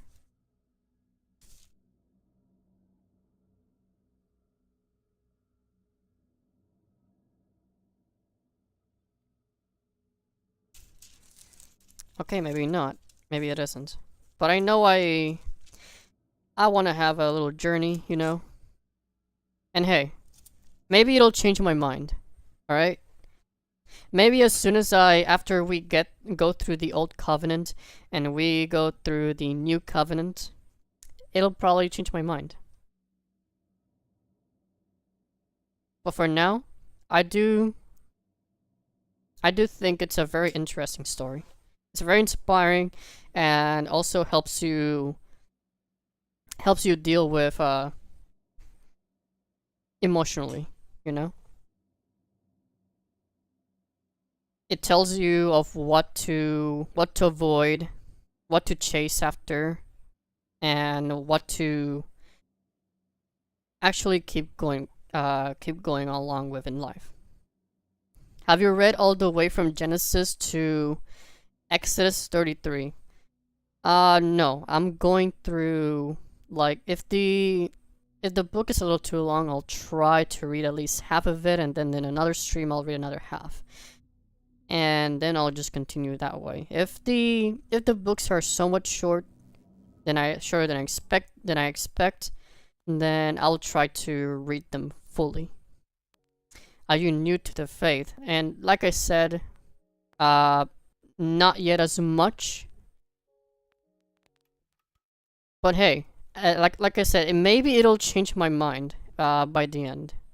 Maybe it'll change my mind. Cause there's a difference between just believing, and then there's also the other one, having faith. You can believe, you can say, oh, nowadays we know better, but even with all this knowledge that we have, maybe this is how God made things, you know, made them work, you know. All this stuff about the creation, Big Bang, whatever. Maybe this is how God actually intended it to be. You can say that. Or you can use the entire Bible as a faith, and put your faith in it on what it says. You can do those two things. If whatever makes you, whatever gets you closer, gets you closer to either Jesus of God or God. Psalms with its 150 chapters. I can't wait. I can't wait to have my throat parched. Alright, we were... I want to mark this, but I don't want to ruin my Bible either.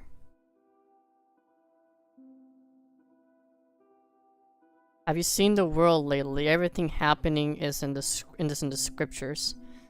The only one of the parts that I have noticed that is actually happening is the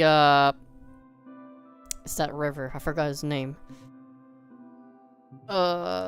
River drying up in Asia. Biblical. It's the Euphrates River. That's one of the few prophecies that's actually making me question more things. I must be missing something by change your mind, or you're saying that you are undecided on the faith and reading through the Bible to make up your mind.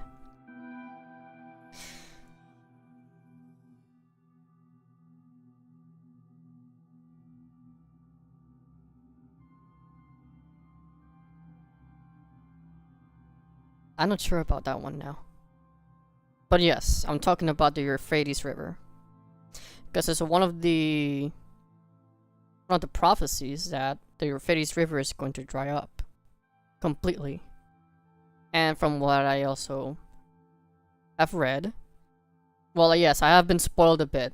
So there are several fallen angels. I believe it was fallen angels that are sealed in that Euphrates River, and once it dries up, they're gonna rise and just kill, I believe, a third of the world.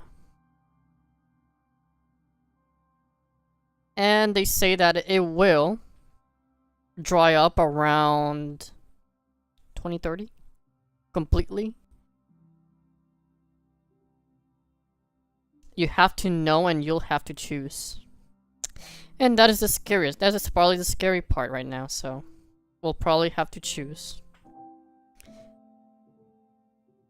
But hey, I have nothing against God. I have nothing against Jesus. I believe they're pretty chill in their own way.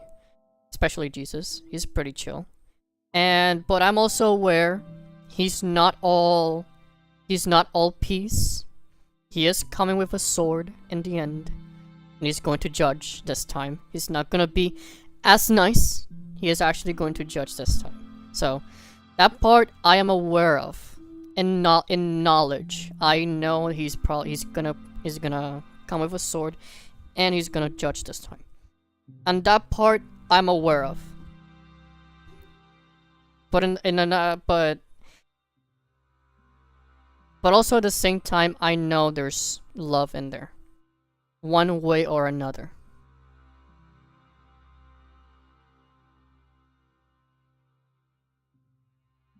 But anyway, let's continue, verse 10.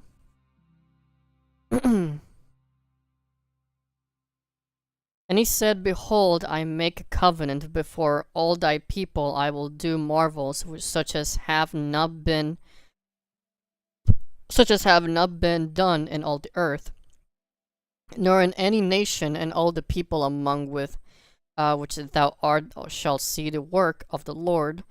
For it is a terrible thing that I will do with thee. Observe thou with that which I command thee this day.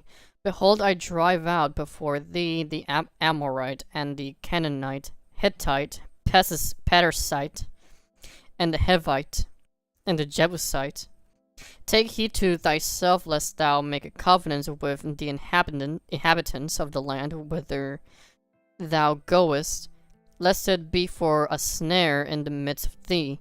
But ye shall destroy their altars, break their images, and cut down their groves. For thou shalt worship no other god, for the Lord whose name is jealous. For the Lord whose name is a jealous God.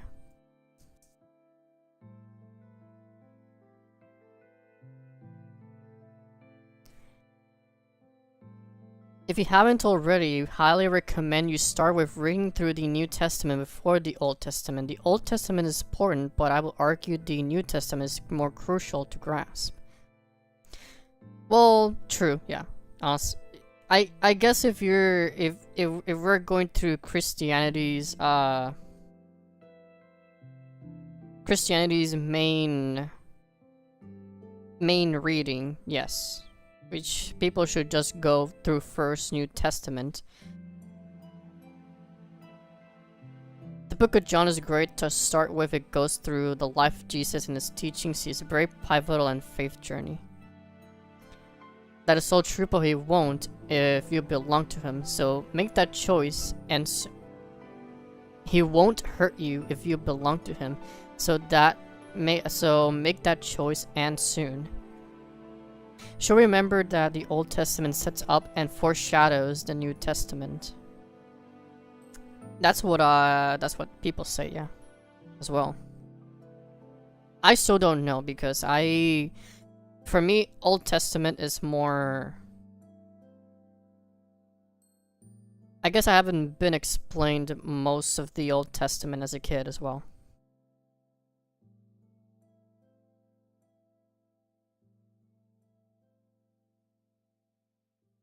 But the thing is, also, here's the thing. I'll be honest with you. As a kid, whenever I always went to church, or whenever I was given like Christian classes, like Christian education, in school, or if my parents would take me to church, even as a kid, I would just find it. I would find it annoying. I would just find it all annoying, like personally as a kid. I will always just be sitting in the chair in front of the entire prayer or whatever the pastor was talking about the Bible. I would just be kind of annoyed or just sleeping on the chair. I would not really pay attention to what they were talking about. Until they would take us to these small classes.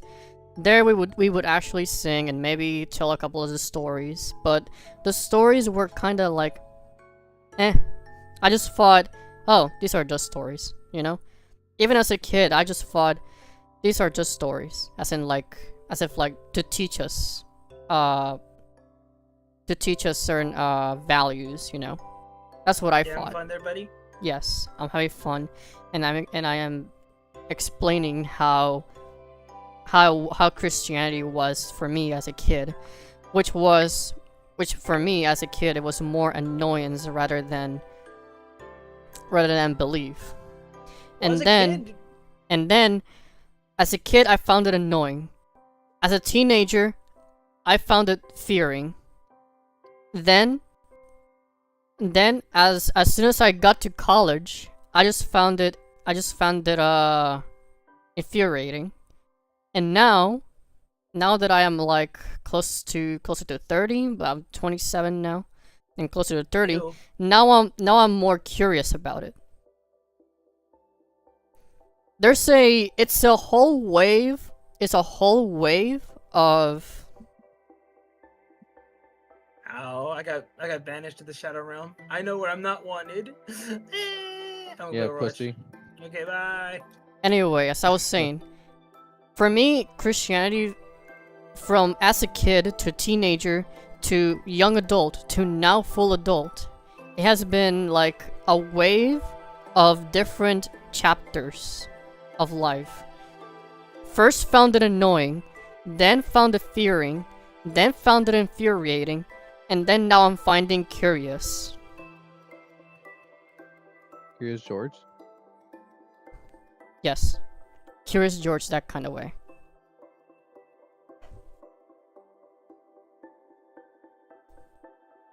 Which, in a way, it's pretty... It's pretty, pretty odd, in a way. That I'm having this, a specific, steps throughout life. I'm glad that you are curious, and what prompted the curiosity? Prompted the curiosity. I guess the fact. I guess for a moment. It was gold. I guess for a moment I stopped and thought, why the hell was I mad anyway? When I was a young adult, why was I even mad? Because you're a young adult. Yes, because I was still a young adult and a little shit. I would rather okay, no, I'm not gonna say that. I would smack myself. Honestly, at this point, I will have a little more sympathy towards my teenage and young adult self. But anyways, I don't know. I started asking myself, damn, why was I actually so mad when I was a young adult towards Christianity anyway? That's when curiosity actually started peaking. I'm like, you know what? And then I just thought, you know what? I'm gonna journey through this. I'm gonna journey through this, and I'm gonna read the entire book and see if it'll actually change my mind completely. Parasites, that's why. I don't think it's parasites. I mean, I have been doing exercise and actually eating more healthy, but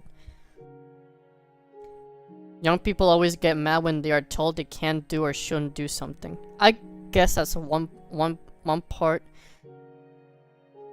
And I guess in a way I wanted to. I probably also want to stop feeling guilty when I was a young adult, when I was starting college. I probably wanted all that guilt-free, and yeah, probably all that definitive atheism probably lifted up my shoulders, lifted up that weight off my shoulders, maybe. And at the same time, I probably had to persevere through the entirety of college and manage to actually graduate, but other than that, I persevered. I'm surprised you did. I'm also surprised I persevered.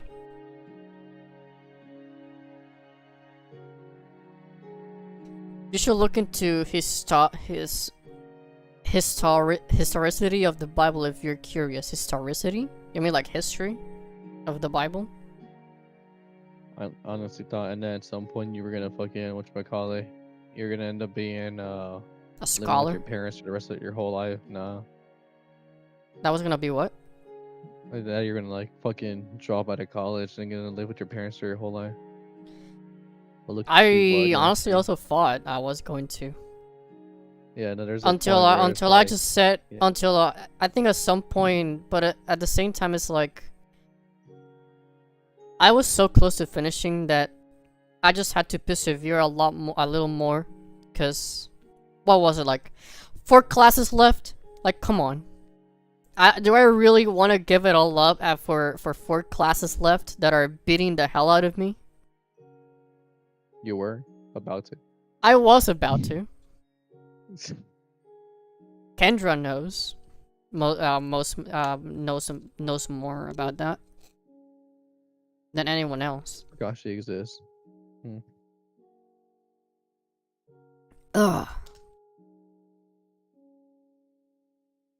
You can carry many spirits, but you only have one soul. I'm not sure about that. I'm not sure about that one, but Mira este joto. now watch him reply to you in Spanish back. The soul is much like a tablet at which spirit sits. That actually sounds pretty deep. The soul is like a table at which the spirit seats.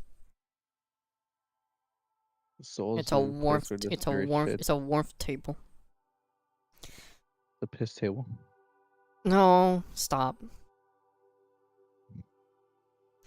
Alright, lest thou make a covenant with the inhabitants of the land, and they go a whoring.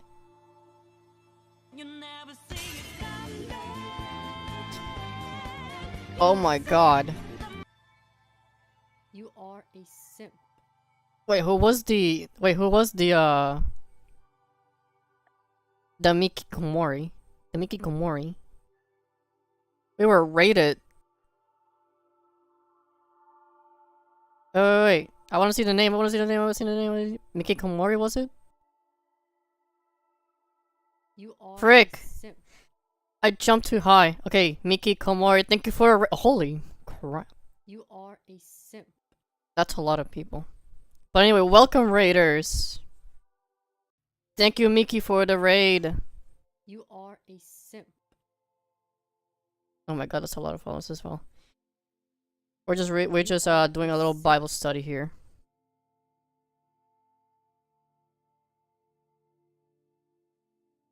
Oh my god. You are Her a live simp. stream just ended, lol. Oh, okay. Nice to meet you, sister in You are a Christ. simp.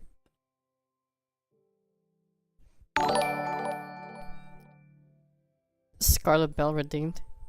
Gigantify emote. Nice to meet you, the sister in Christ.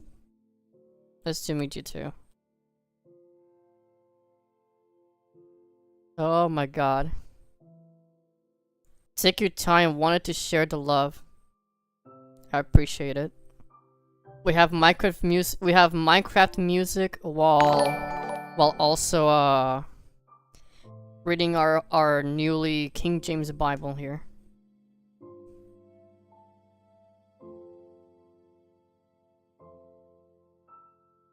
But anyway, I appreciate the raid a You lot. are a simp. And thank you everyone for the follows as well. Mwah, mwah. You are a simp. Exactly. Minecraft music fits surprisingly for this. Like almost perfectly.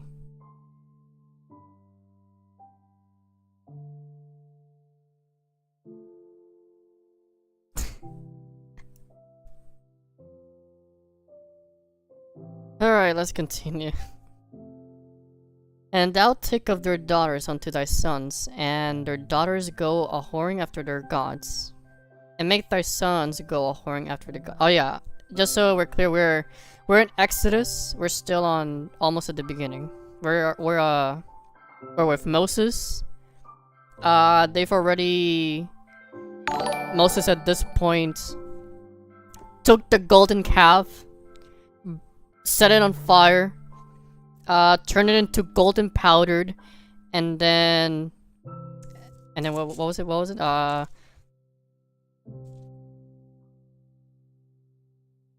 Yeah, and he mixed it with water, and then he made the Israelites drink it, or at least the Aaron's seed to drink it, forcing them to drink it as a punishment and shame.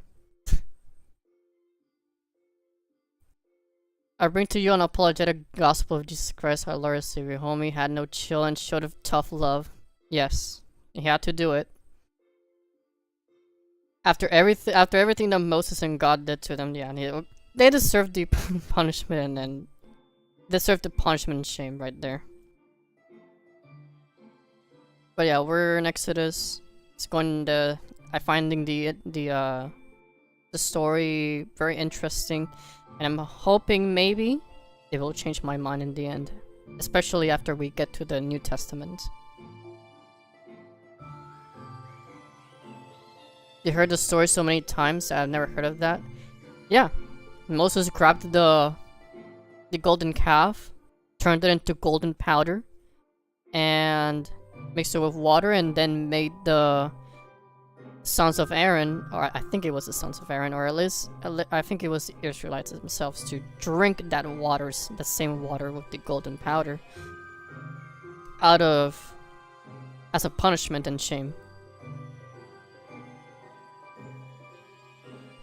Alright, verse 17. Thou shalt make thee no molten gods. The feast of unleavened bread, shalt thou keep, 7 days thou shalt eat unleavened bread, as I commanded thee, in the time of the month Abib. For in the month Abib thou camest out from Egypt. All that openeth the matrix is mine, and every firstling among thy cattle, whether ox or sheep, that is male. Why King's James version and not the other translations with more readable English? Why not a challenge? I may have the grand tick of the New Testament's an instruction guide on how to reach God. I did think a lot of people get angry and say, don't tell me what to do. Yeah, in which, like I said, maybe as a young adult when I was starting off college, I most likely just felt like that. Like, I wanted to feel guilt-free and maybe not have that fear-mongering since as a teenager, and wanted all that fear off my shoulders. And yeah, sure, it was lifted. It was lifting, and I felt some relief, kinda. But at the same time, all that anger, along with all that perseverance through college, that was not healthy. That was not very healthy for me. And only, most of the time in college, it only made me bitter, and yeah, sometimes, a lot of times, yeah, made me happy. But at the same time, I felt so bitter at college as well, so. Whenever I just look at right now, I think of myself when I was a young adult at starting college. Maybe around 2nd or 3rd year college. And then maybe around 5th or 6th year. If I were to see myself in the past right now, you know what I would do? I would approach myself and give myself a hug. And a couple pats on the back. And you know what I would say to them? You know what I say to myself? You truly have perseverance for this. You truly have it. And you know what? That is your gift. That is your gift. Your perseverance and your way of just never giving up. And hey, I actually made it.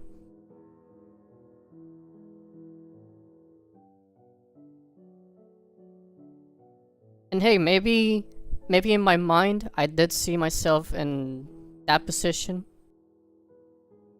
And that's why I probably said, it's time to lock in. There's only 4 classes left. We can actually do this. We just have to get past this. Sorry for this. We just have to get past this bitch professor, and then we're all good. And I actually did it.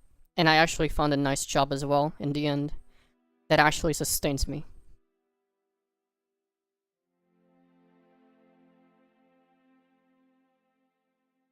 But in the end, that's what I would just say to myself, that your gift, you have a nice gift.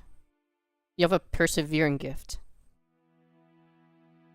And I'm sure most of you also have it. Most of you have that kind of gift, and you don't realize it until, like, until you're at the way bottom. Until you have, like, you're trapped. You feel like you're trapped. You feel like there's no other paths, and all you're doing is just sinking.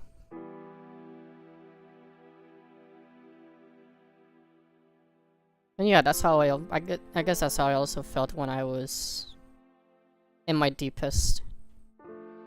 When I was drinking way too much in streams, and I just kept worrying people like that as well. But I'm over that. I'm over that part as well. Honestly. And I'm thankful. And I'm thankful for also the friends I got at also have seen the worst of me as well. I will have to say Kendra is probably one of the few best friends right now I have that has seen that worst part of me, and I appreciate them for that push as well. And I know it's probably weird for my usual viewers. I know it's probably weird to hear me talk about personal life, but right now since we're now discussing these parts of the Bible and all, I feel like it fits. It fits to talk about your personal life and probably your deepest or your darkest moments in life. Bible historically is not for the faint of heart, and you'll probably be angry at everything afterwards. Well, hey, maybe that's the test. Maybe that is the test. That maybe you don't have to be angry at the world, but hope that after Jesus comes, everything will actually be better. And yes, I know that Christians not always should be. They're not supposed to be docile or turning the other cheek, like a lot of people say. Oh, what about turn the other cheek? Oh, what about love thy neighbor? Yeah, but that doesn't mean I should let things happen and be docile. Jesus was angry. Jesus was sad. Jesus was also angry at his own father in the crucifixion. Jesus was angry at the Pharisees at the temple. He flipped tables. He grabbed a whip, and he also whipped at the tables and maybe whipped a couple of the Pharisees as well.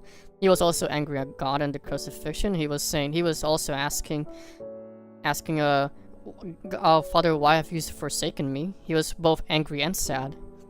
And until then, he realized, just forgive them for they do not know what they're doing.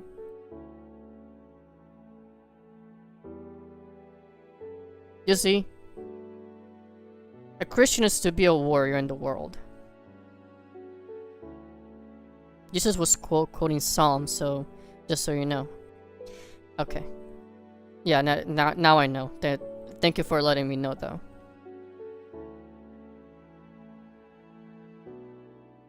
But as I'm saying, to be Christian, I guess from what I'm looking at it, and from part of my family, as far as I see, it is truly to be a warrior, whether it's spiritually or in the real world. He made you without hands in a dark place, fearfully and wonderfully. It is the world that messes us up, and the Father grieves this. Yeah.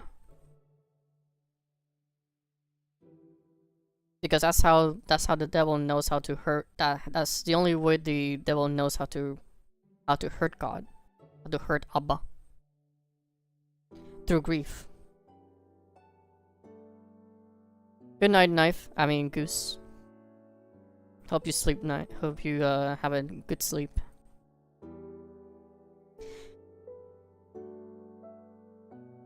Alright, let's continue to read. I almost cried when I was talking about my college days. All that open. Oh no, we're in the 20. Yeah, we're at the 20. But the firstling of an ass thou shalt redeem with a lamb, and if thou redeem him not, then shalt thou break his neck. All the firstborn of thy sons thou shalt redeem, and none shall appear before me empty. 6 days thou shalt work, but on the 7th day thou shalt rest, in earing time, and in harvest thou shalt rest. And thou shalt observe the feast of weeks, of the firstfruits, of wheat harvest, and the feast of ingathering at the year's end. Thrice in a year shall all your men, children appear before the Lord God, the God of Israel. For I will cast out the nations before thee, and enlarge thy borders. Neither shall any man desire thy land, when thou shalt go up to appear before the Lord thy God, thrice in a year.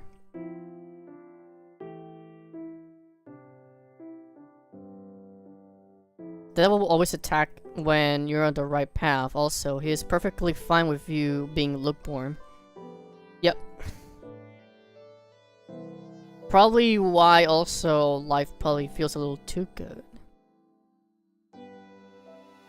Because right now I'm indecisive, and hey, maybe he'll continue to give me all the most precious things that I want, and maybe when I'm actually on the right path, maybe the devil is going to actually strike again, and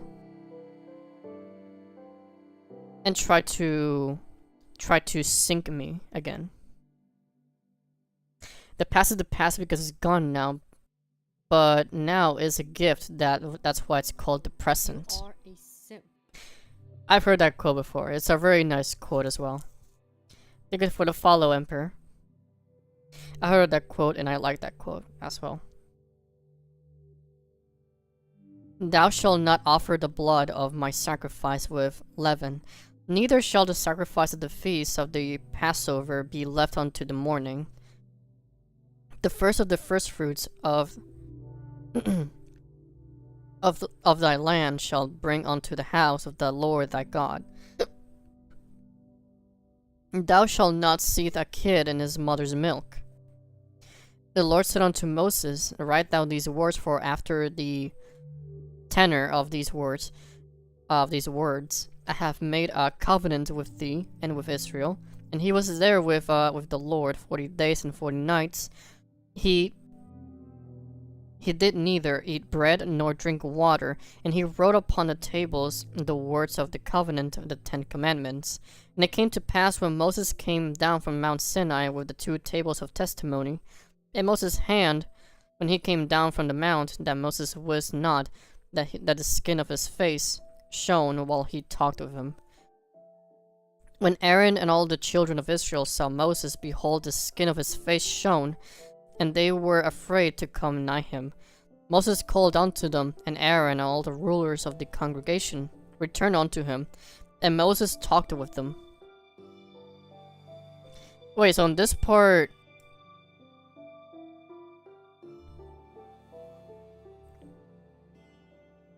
"40 days and 40 nights."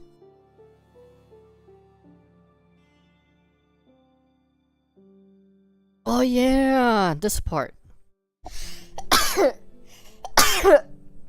Ugh. In this part. Yeah, I remember this part. If I remember correctly, in this part, when Jesus was in the desert being tempted for 40 nights and 40 days and 40 nights, he was fasting the entire time. And so in this part, when he said that he saw one of the, yeah, he saw he saw Moses and someone, I think it was Zechariah, was it? I believe. I know it was Moses. So in this one, this is the part where it connects to the New Testament, that it says that basically Jesus is God. Because in here, Moses is with the Lord. And then in the New Testament, Jesus was on the desert and he was 40 days and 40 nights fasting, and he saw Moses and Zechariah, I believe it was. So from there, it confirms that basically through the Bible that Jesus is God. It was Moses and Elijah? Okay, and Elijah.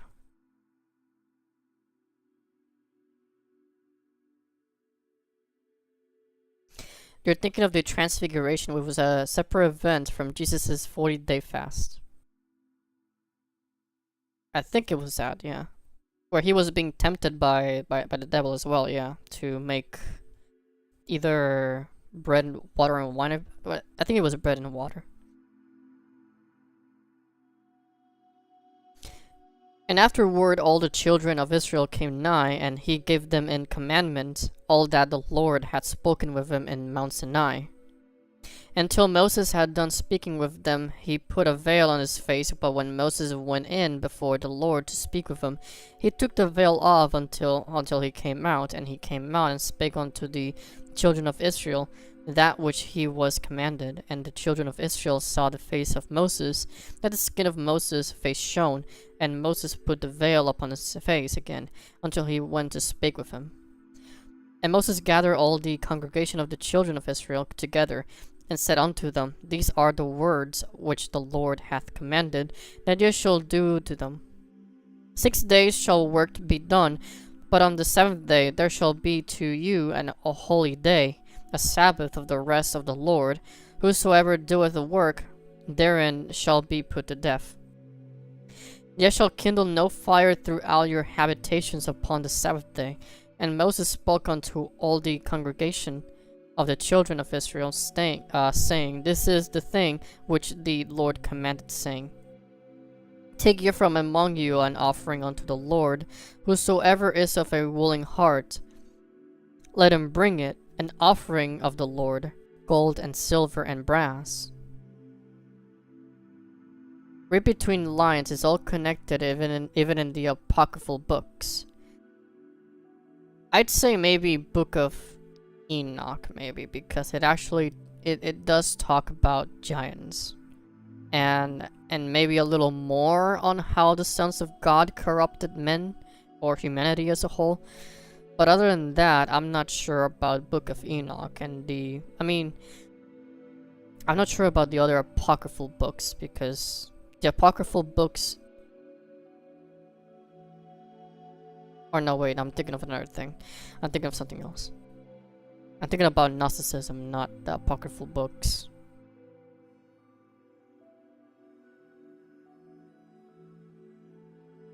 And blue and purple and scarlet and fine linen and goat's hair, and ram's skin dyed red and badger skin and shittim wood, oil for the lights and spices for anointing oil, and for the sweet incense and onyx stones and stones to be set for the ephod, and for the breastplate, and every wise-hearted among you shall come. Make all that the Lord hath commanded, the tabernacle, his tent, and his covering, his tacks, and his boards, his bars, his pillars and sockets, the ark and the staves thereof, with the mercy seat and the veil of the covering, the table of his staves and his vessels, the shewbread, the candlestick also for the light, and his furniture, and his lamps with the oil for the light, the incense altar and his staves, and the anointing oil and the sweet incense, and the hanging for the door, at the entering in of the tabernacle, the altar of burnt offering with his brassen grate, his staves and all of his vessels, the laver and his foot, the hangings of the court, his pillars and their sockets and their hanging for the door of the court.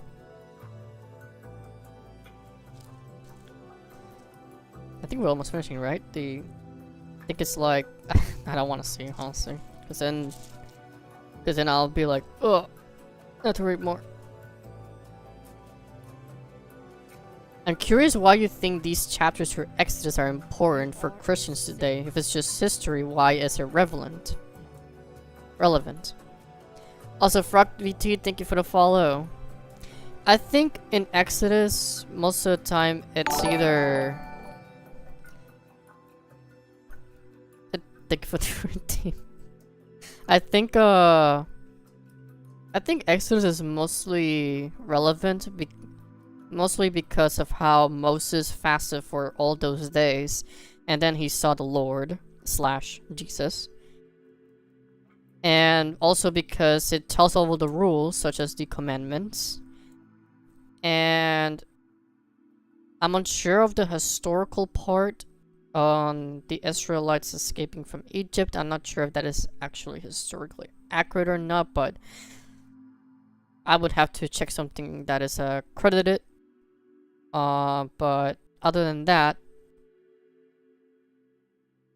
I believe that's how, or no wait, and also the Promised Land, I guess, and also the prohibition of going to the Promised Land until like next generation be able to go in there. Should Christians follow the entire law today? I mean, I don't think so, because this is the old covenant, and right now Christians are supposed to follow the new covenant. Like, I know that the new covenant still uses some of the Old Testament, the New Testament uses some of the Old Testament, but I believe it uses mostly the Old Testament to, like as you said, to foreshadow the coming of Jesus, or how Jesus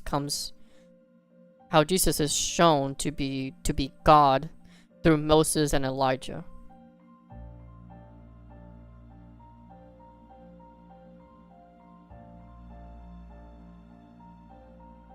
I believe the old covenant, yes, it had its own laws. They were very strict. But at the same time, let's all keep in mind that a lot of things in this time were not understood yet. Right now, nowadays, we kinda know better, and maybe knowledge-wise, questionably on morality. Questionably. But on the knowledge side, yes, we do know better nowadays. But there's a reason why there's also a new covenant. Exactly. Jesus was the one who made the new covenant. And that is all we have to follow. Or at least supposed to follow. The reason for the Old Testament is to show that humans cannot reach God's level of perfection. Jesus then fulfills that perfectly, which pays for our sins. Yes, the Old Testament shows many times that it tries to be like God. And later on, I think it was in the New Testament, I think it was New Testament or Old Testament maybe.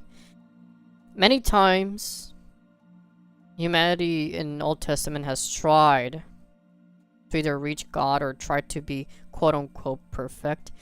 There is also, again, Lucifer, who tried to dethrone God because of his pride, intense pride. And then there was also the Eden, the fruit of life, and the fruit of knowledge and good and evil. There's also that part where we should not have both. We should not have both the knowledge of good and evil and then the fruit of life. Because we all know what would have happened.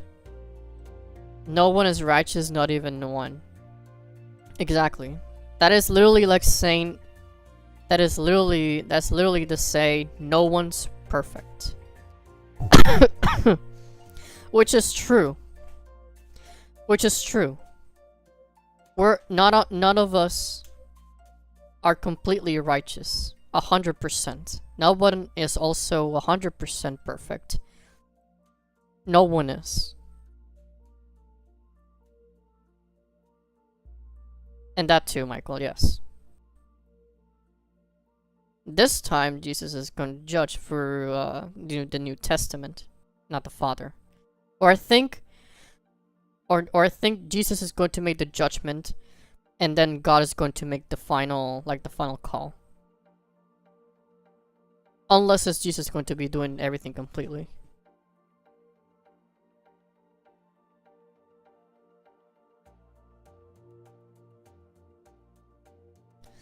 Alright. The pins of the tabernacle and the pins of the court and their cords and the cords. The cloths of service to do service in the holy place and the holy garments of for Aaron and the priest, and the garments for his sons to minister in the priest's office. All the congregation all the congregation of the children of Israel departed from the presence of Moses, and they came every one whose heart stirred him up, and everyone whom his spirit made willing, and they brought the Lord's offering to the work of the tabernacle of the congregation, for all of his service, and for the holy garments. They came both men and women, as many as were willing hearted, and brought bracelets, and earrings, and rings, and tablets, and jewels of gold, and every man that offered an offering of gold unto the Lord. And every man with whom was found blue and purple and scarlet and fine linen and goat's hair and red skins of rams and badgers' skins brought them. Everyone that did offer an offering of silver and brass brought the Lord's offering, and every man with whom was found shittim wood for any work of the service brought it.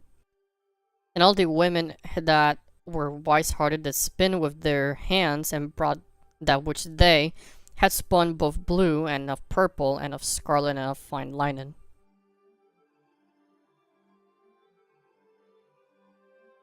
Zechariah's wife are literally said to be righteous and obeyed all of God's commands and decrees blamelessly. So no one can be righteous contradicts the Bible itself.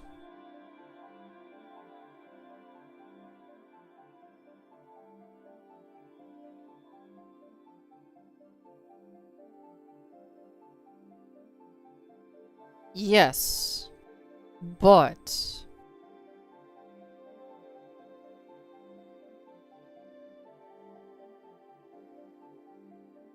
you can still sin.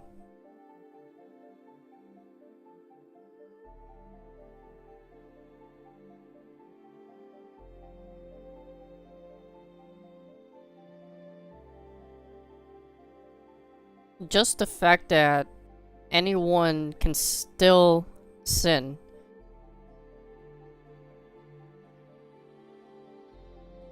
just already means that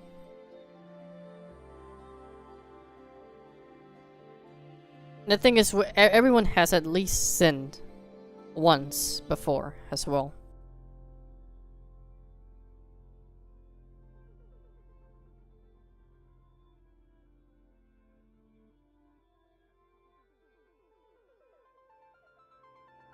And the rulers brought onyx, stones and stones to be set for the ephod and for the breastplate, and spice and oil for the light and for the anointing oil and for the sweet incense.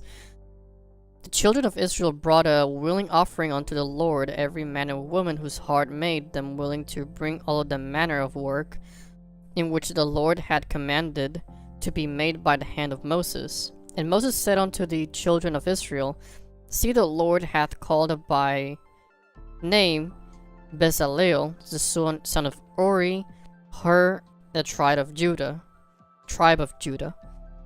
He hath filled him with the Spirit of God in wisdom, in understanding and in knowledge, and in all manner of workmanship, and to devise curious works, to work in gold and in silver, and in brass, and in the cutting of stones to set them, and in carving of wood to make any manner of cunning work. He hath put his heart in that he may teach both he and Aholiab, the son of Ahisamach, the tribe of Dan. Sephanath, thank you for a follow. Need some water.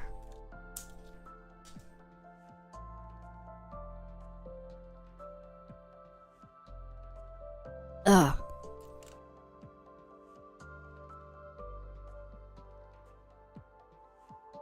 Before Jesus, forgiveness was temporary.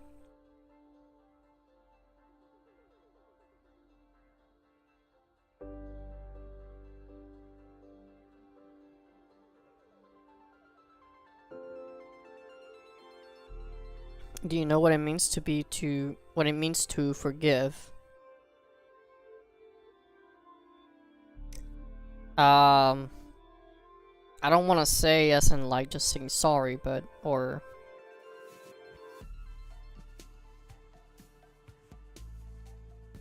accepting one's sorry, I guess. Obviously it's not that. But to be aware of someone's actions and still fuck. I can't put it into words because even though these are words that we use all day, every time, I still can't find the right words on how to define it. I want to say it's to forgive is being aware of someone's actions, but you feel a certain have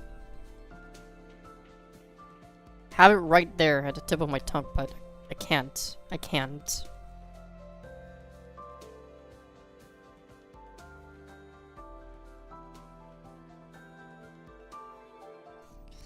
Alright, the children of Israel brought a willing offering unto the Lord.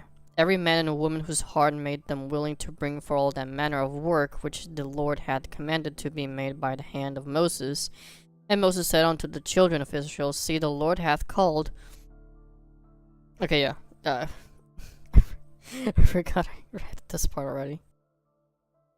He hath filled them with the Spirit of God in wisdom, in understanding, and in knowledge, and in all manner of workmanship, to devise curious works, to work in gold, silver, and brass, in the cutting of stones, to set them, and in carving of wood, to make any manner of cunning work.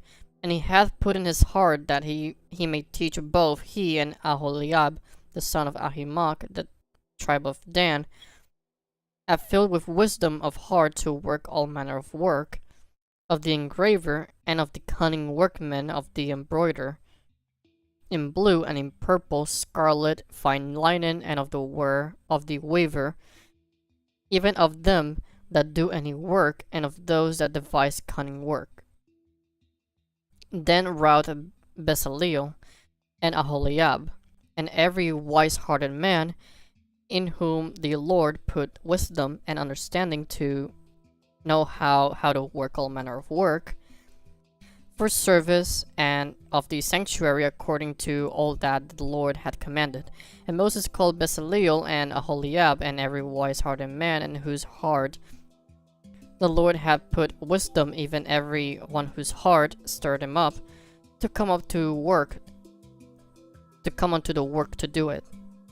And they received of Moses all the offering of which the children of Israel had brought for the work of the service of the sanctuary, to make it with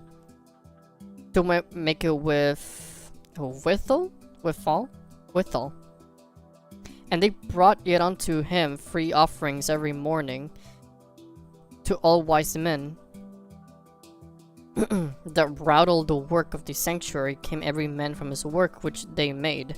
And they spake unto Moses, saying, The people bring much more than enough for the service of the work in which the Lord commanded to make. And Moses gave commandment, and caused it to be proclaimed throughout the camp, saying, Let neither man nor woman make any more work for the offering of the sanctuary.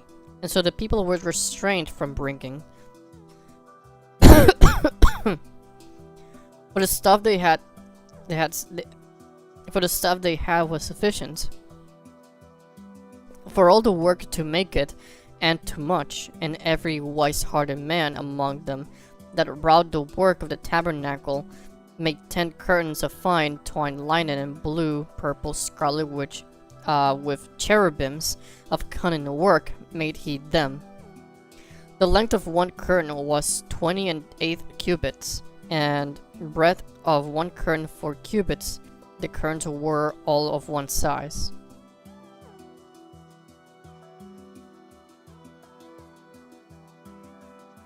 Restrained, what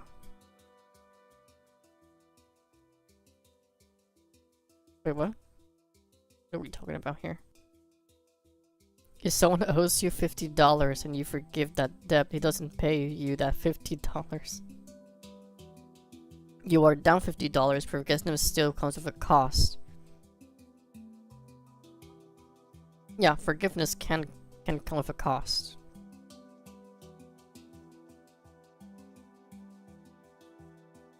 Even the Bible is telling you to stop.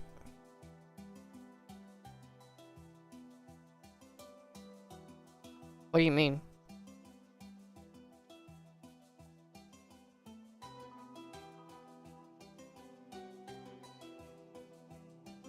On which part?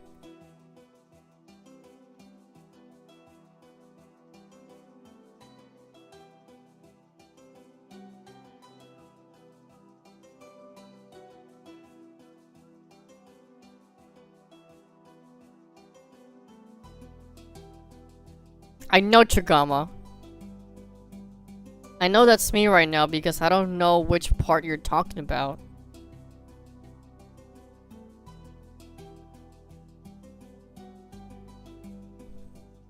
Alright, anyway. The length of one curtain was 28 cubits, and the breadth of one curtain 4 cubits. The curtains were all of one size. And he coupled the 5 curtains onto one onto another, and the other 5 curtains he coupled one onto another. He made loops of blue on the edge of the one curtain from the selvage, and the coupling likewise he made in the outermost side of another curtain in the coupling of the second. Are you multi-streaming? Yes.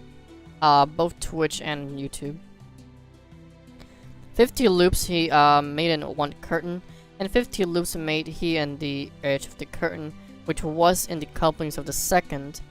The loops held one curtain to another. He made 50 taches of gold and coupled the curtains one onto another with the taches, so it became one tabernacle. And he made curtains of goats' hair, for the tent over the tabernacle. 11 curtains he made them. The length of one curtain was 30 cubits, and 4 cubits was the breadth of one curtain. The 11 curtains were of one size.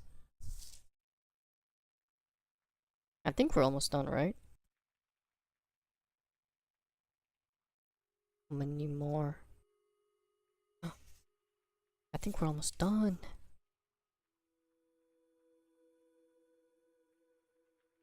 Oh! It's only 3 pages left of Exodus.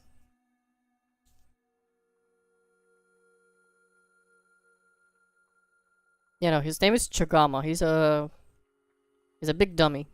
That's all I can say. And a femboy.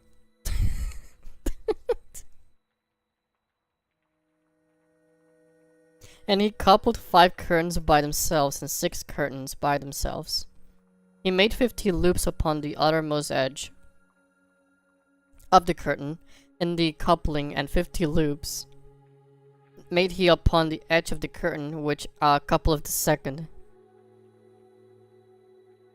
Listening to you read the Bible feels so nice. I appreciate it, and I'm happy that you're enjoying it at least, even if it's still the Old Testament and almost the beginning, especially at my pace.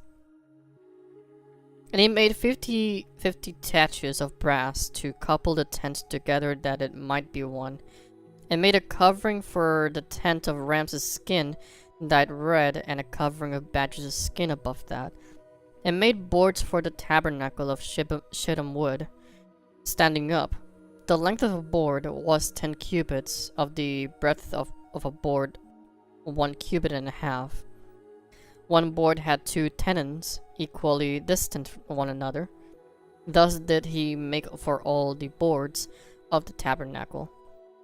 And he made boards for the tabernacle, 20 boards for the south side southward, and 40 sockets of silver he made under the 20 boards, 2 sockets under one board for his 2 tenons, and 2 sockets under another board for his 2 tenons.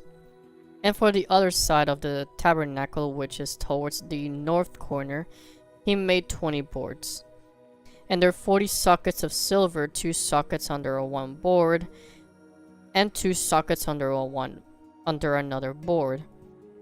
And for the side of the tabernacle westward, he made 6 boards. And 2 boards he made for the corners of the tabernacle in the 2 sides. And they were coupled beneath and coupled together at the head thereof to one ring. And thus he did to both of them in both the corners. And there were 8 boards, and their sockets were 16 sockets of silver, under every board 2 sockets. And he made bars of shittim wood, 5 for the boards of the one side of the tabernacle. Okay, so they're rebuilding the tabernacle at this point?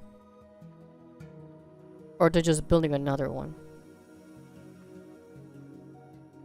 After the first one that we were reading before.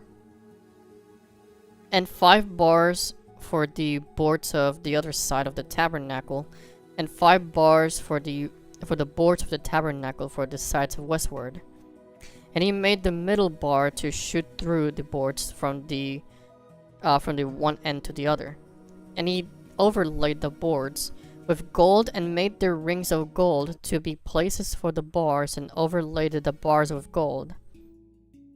He made a veil of blue, purple, scarlet, fine twined linen with cherubims, made he it of cunning work.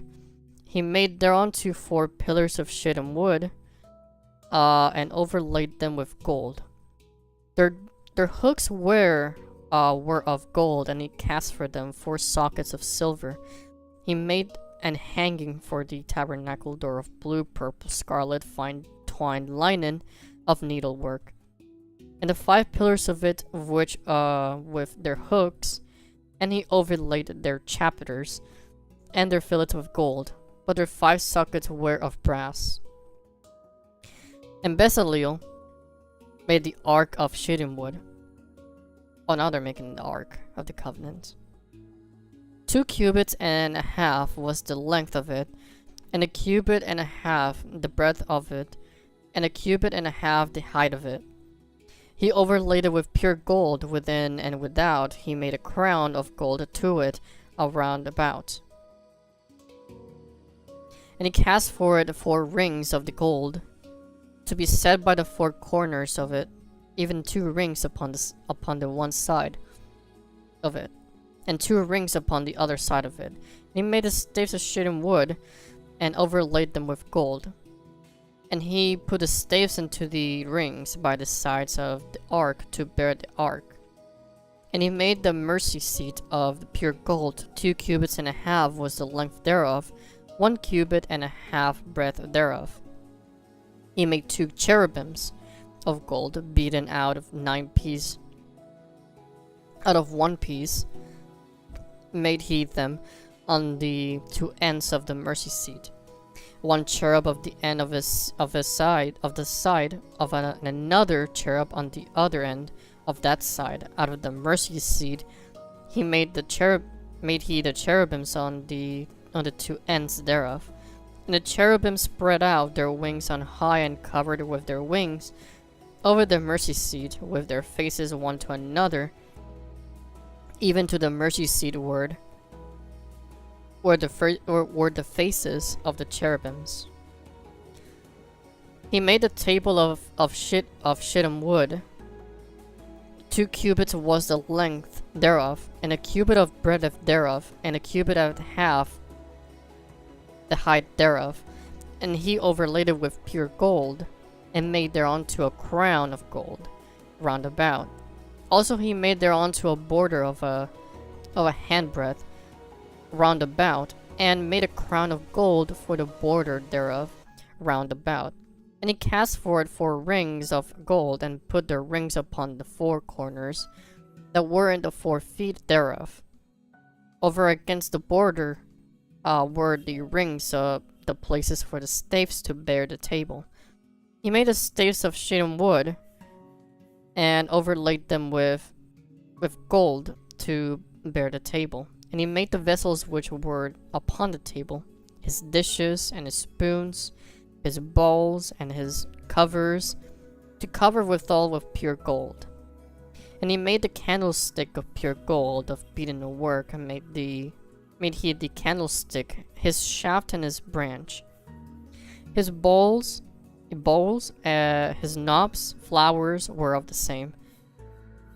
6 branches going out of the sides thereof, 3 branches of the candlestick out of the one side thereof, 3 branches of the candlestick out of the other side thereof, 3 bowls made after the fashion of almonds, in one branch a knob and a flower, 3 bowls made like almonds, another branch a knob and a flower, so throughout the 6 branches going out the candlestick. And in the candlestick were 4 bowls made like almonds, like his knobs and his flowers. And a knob under 2 branches of the same, and a knob under 2 branches of the same, and a knob under 2 branches of the same, according to the 6 branches going out of it. Their knobs and their branches were of the same. All of it was one beaten work of pure gold. Also, I have a question. Do you ever think that when they were making the Ark of the Covenant, that the way, I guess the way either God and Moses were describing the cherubims, and how either of them were describing the cherubims to the Israelites, to actually, when they were actually making the Ark of the Covenant, do you ever think they were all like, what in the world is this? Is this thing that we're making beside the seat? What are these creatures, man? What are we somewhat smoking? We all know the crazy descriptions of some of the higher ranking of angels, especially when they are closer to God. Whether if it's the seraph or the cherubs or the ophanims or the wheels, whichever you want to call them.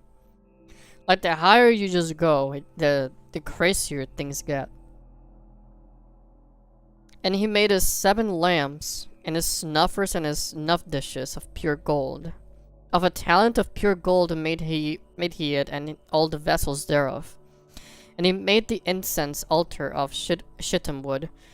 The length of it was a cubit, and the breadth of it a cubit. It was 4 square, and the cubit was the height of it. The horns thereof were of the same, and he overlaid it with pure gold, both the top of it and the sides thereof round about, the horns of it, and also he made unto it a crown of gold round about. He made 2 rings of gold for it under the crown thereof, by the 2 corners of it upon the 2 sides thereof, to be places for the staves, to bear it withal. And he made the staves of shittim wood, and overlaid them with gold. And he made the holy anointing oil, and the pure incense of spices according to the work of the apothecary. And made the altar of burnt offering of shittim wood. 5 cubits was the length thereof, and 5 cubits the breadth thereof. It was 4 square, and 3 cubits the height thereof. He made the horns thereof on the 4 corners of it. The horns thereof were of the same, and he overlaid it with brass. Made all the vessels of the altar, the pots of the shovels, and the basins, and the flesh hooks, fire pans, all the vessels thereof made he of brass. Cherubim, first used in Genesis, describing the angels that guarded the garden. I suppose we're familiar with these angelic beings.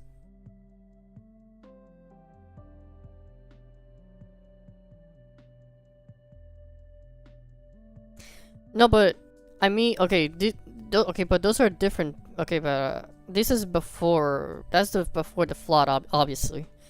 So most likely, yeah, Adam and Eve were more familiar with those angelic beings.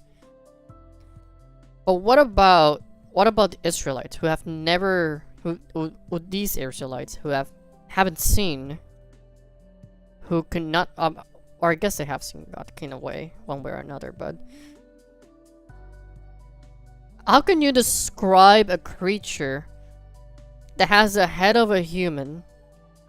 I think the one head is an ox, I believe. The other one is a lion, and behind it is a bird, I believe. And I believe it has 4 wings. One to fly and the other to cover his feet. And that is also most likely a warrior. How can you describe it to these people? And then them just not being like, what are we making? What are we making here? Please, Moses.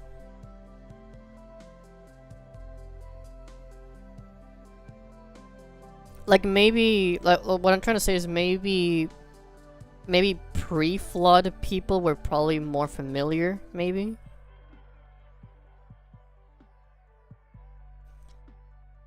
The cherubim, however, are covering angels. They're here to help hold back the righteous wrath of his fiery glory. And there were 2 cherubim in the empty of Jesus as well.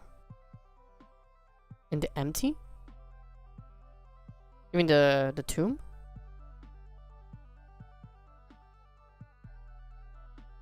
I'm sure they also describe what these cherubim were when they were in Genesis 3.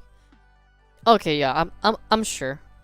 I'm sure they probably did, but I'm also sure I don't doubt that also in pre-flood they were also kinda more familiar with these beings, as in like maybe seeing them often, as often.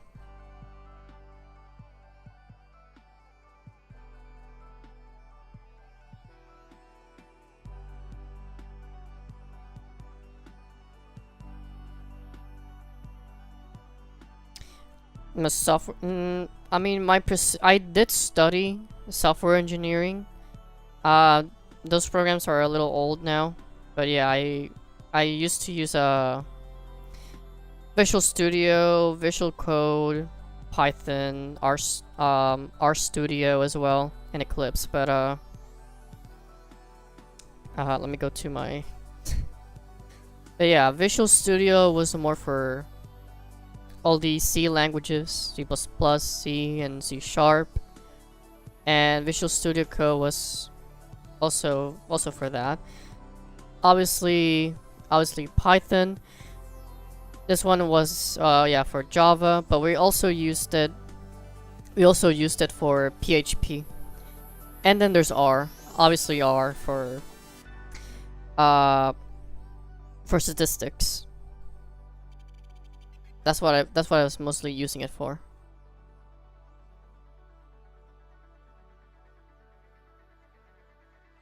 You built apps in your full-time job. It's called the Lux Bible. Feel free to check it out when it comes with the King James Version. I'll check it out. Lux Bible. I mean, at least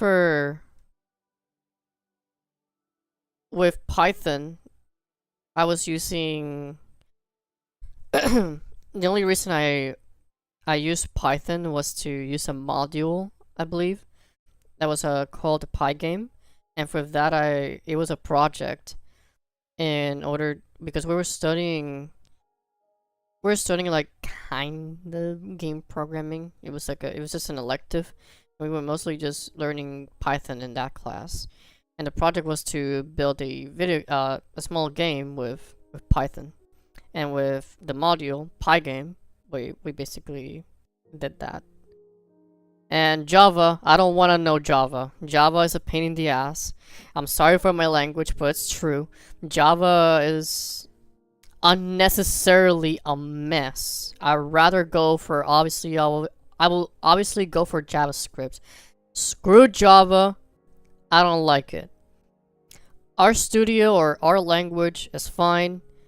Obviously, the R language is for mostly statistics. So, if you're maybe working for Google, I guess maybe R Studio could be useful, maybe. But I think Google has its own language. I think it's called Go. I think. Let me check. It was Go programming language. Yeah, it's yeah, Google has its own programming language as well. It's called Go or Golang, which I'm pretty sure that's what they're mostly using. But yeah, we mostly honestly thinking about it, going through college as a young adult, and the only thing I knew about computers was just either mostly games or mostly games and opening certain applications and maybe going to Start or my computer. I'm guessing I can see also why I was very freaking angry all the time and very bitter as well. In some way, I can understand it. Just scratching my head and also just like, I don't understand any of this, please. I also had to use Pygame in college to build a Pong game. I built a space shooter game.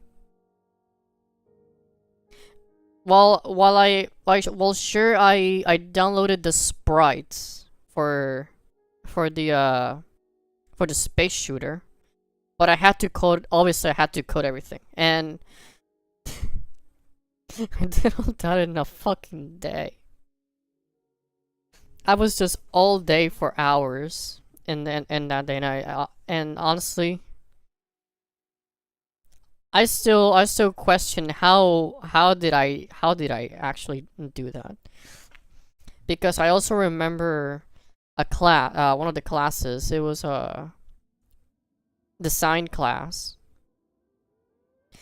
We were learning to use both Flash and Adobe Animate. Well,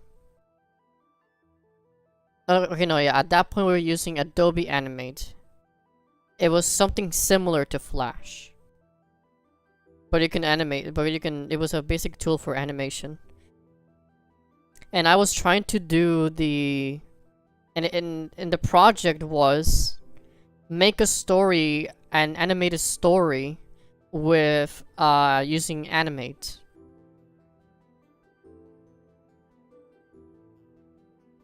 Let me tell you, on the same week that it was the deadline, I was working on it. I was doing somewhat of a good job on that project. And then on the day before, something clicked on my mind and said, fuck it. We're going to restart this from scratch. I kid you not. I was both designing the freaking rabbit and tortoise as well for that story, and I also had to narrate it myself in the animation and animating every scene and everything, adding the movement and all, adding the sleepiness, the sleepy hair, and the slow moving tortoise. You know, maybe in paper it probably does sound okay. It doesn't sound too complicated. Just make the hair, just make it look like it's running faster, and the tortoise just slowly drag it. No, it wasn't easy. It wasn't easy. And that was probably one point in my young adult life that I would actually just hold myself in the shoulder on my shoulders and then shake myself, going like, don't do this. Because you know why? You're gonna stay up until 5 to 6 a.m. doing that project. And I actually did remake that project the entire day until 6 a.m. next day due date. And that day, I saw my professor. She's an angel, by the way. That professor was a blessing as well. Because before we were starting the project, she looked at me in the face. And then she noticed my bags under my eyes. And then she was like, "Are you okay?" And I just gave her a thumbs up, like, "Yeah, I'm okay."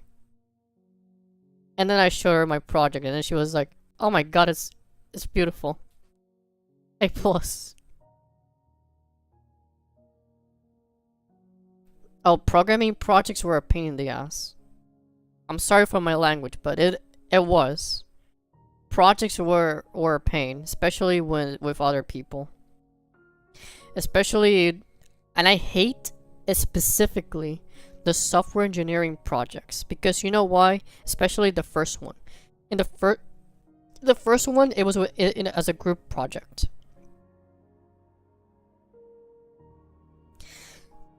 But no one in that project was like deciding who was gonna work on what. We were all stuck on that for 2 weeks. And we were supposed to also document everything that we were doing and present it to the professor. You know, the stages of building a program or software, as in like say pre-alpha, alpha, beta, and then release. We had to do that. And then at the day that we had to present the project. Exactly. We had no team leader. Exactly. But then all of a sudden, the day that we are presenting, we were about to tell the professor, "Hey, we're sorry to tell you we don't have a presentation yet, but we still have some time. Maybe we will be able to build it in the next presentation."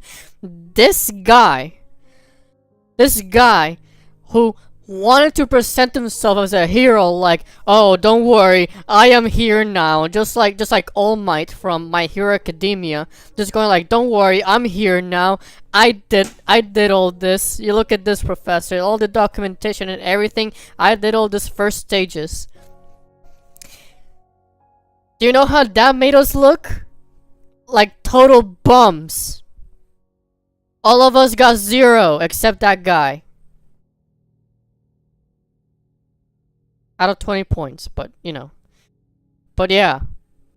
That made us look like fucking bums. Excuse my language. It made us look like bums. And it was software engineering. The first software engineering. It was one of the 4 classes that I had left. And again, there was also at the one point where I was also on my breaking point, where I was like at the bottom of the pond or the ocean. So just feeling like a bum, and then also this guy coming in thinking he's a hero, a punch in the face is what it all felt. But anyway, I managed to pass that class not because of the project. The project was a mess in the end. We didn't finish it in the end. The only thing that saved me was the theory class of the software engineering. The theory class was easy as pie. Was easy as pie. And most of in those tests also easy as pie. I could understand it, and it was also a online test, and it was multiple choice as well. Maybe a couple define here this, define that, maybe. It's all theory. Super easy. So I passed that class. You know how you know with what I passed it with? 69.9. And then the professor, I'm sorry for my language again, but this bitch of a professor, the same one that made my college life hell. That is the only part that I will think of her as like, okay, maybe you are not so bad. This is the one that I you know that meme? You guys know that meme of Wreck-It Ralph? Let me show it. Let me show my other. You guys know that meme of Wreck-It Ralph? Thanks, Satan. You know this meme? This is how I felt with that professor at that time when she said, you know what? You have a 69.9, so I'm gonna round it up. You now have 70, so you passed the class. So I was like, huh. Okay, maybe you're not so bad. Thank you, Satan. That's how I felt. But yeah, that's how I felt at that time.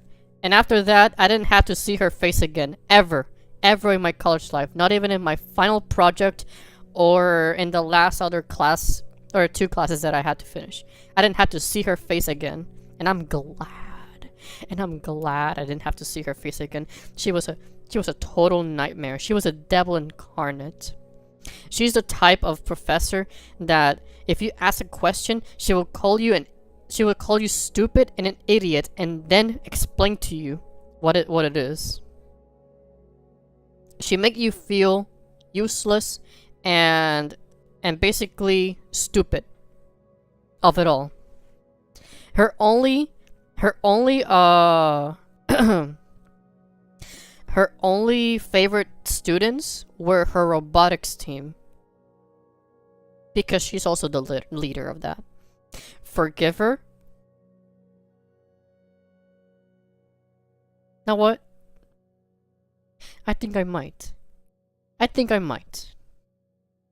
Because you know what? She gave me that pass. At least. You know what, miss? I forgive you. Because you let me pass at least. You know? Let's just have it bygones be bygones and just not see each other ever again. You know what? You may have costed me my sanity, but you know what? I'll forgive you for now. For now. For now. You're saved. Because Michael told me to. Because it's probably the right thing to do at this point. It's been years anyway, and I don't want to see her face again ever. So in order to let it be in order to have it bygones be bygones, just do that.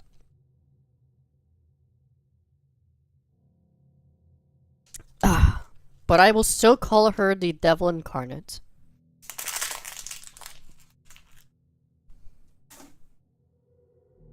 I'll still call her that.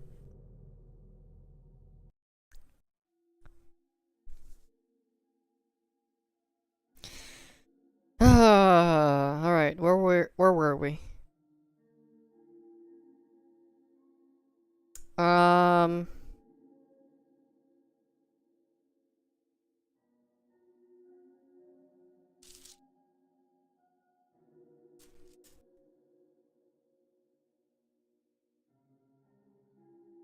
Much madness is divinest sense to a discerning eye.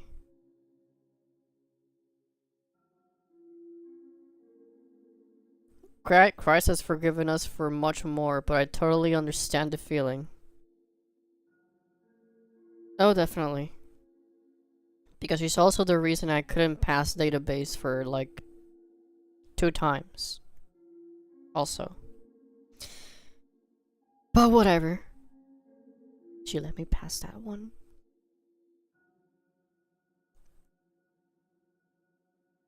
Okay, I think we left off at...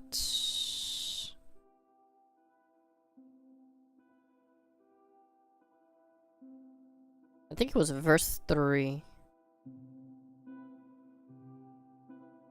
No, we were at verse 29.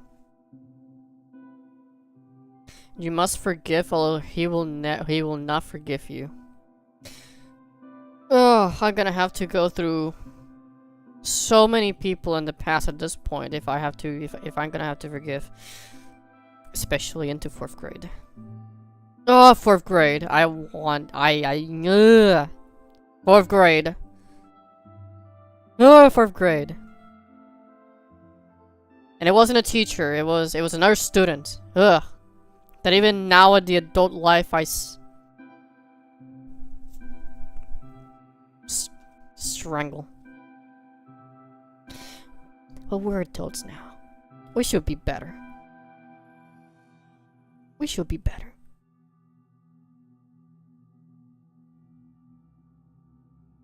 And he made the holy anointing oil and the pure incense of sweet spices according to the work of the apothecary. And he made the altar of burnt offering of shittim wood. Okay, I think we read this part, yeah. Yeah, we read. And he made the horns thereof of the 4 corners of it, and the horns thereof were of the same, and he overlaid it with brass. And he made all the vessels of the altar, the pots and the shovels and the basins and the flesh hooks, fire pans and vessels of thereof he made of brass. He made for the altar a basin of a grate of network under the compass thereof beneath unto the midst of it. And he cast 4 rings for the 4 ends of the grate of brass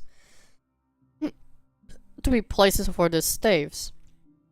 They made the staves of shittim wood and overlaid them with brass, and he put the staves into the rings on the sides of the altar to bear with withal. He made the altar hollow with boards. He made the laver of brass and the foot of it of brass of the looking glasses of the women which assembled at the door of the tabernacle of the congregation. He made the court of the southward of the hangings of the court were of fine twined linen and 100 cubits. Their pillars were 20 and their brass and sockets 20. The hooks of the pillars and their fillets were of silver. And for the north side of the hangings were 100 cubits. Their pillars were 20. Their sockets of brass 20. Just be ready to forgive them for Just be ready to forgive them for when the time because that time will come. That's true.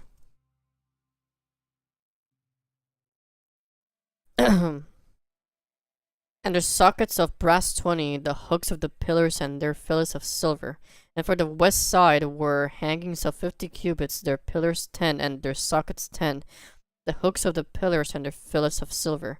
And for the east side eastward 50 cubits, the hangings of the one side of the gate were 15 cubits, their pillars 3, and their sockets 3. And for the other side of the court gate, on his hand and that hand were hangings of 15 cubits, their pillars 3, and their sockets 3. And the hangings of the court around about were of fine twined linen, and the sockets for the pillars were of brass. The hooks of the pillars and their fillets of silver, and the overlaying of their chapiters of silver, and all the pillars of the court were filleted with silver. The hanging for the gate of the court was needlework of blue and purple and scarlet of fine twined linen, and 20 cubits was the length of the height, and the breadth was 5 cubits answerable to the answerable was 5 cubits and answerable, I guess, to the hangings of the court. We need some new background music. I swear, if that is Limbus Company music, I am not putting it on this peaceful moment. Amen dico vobis.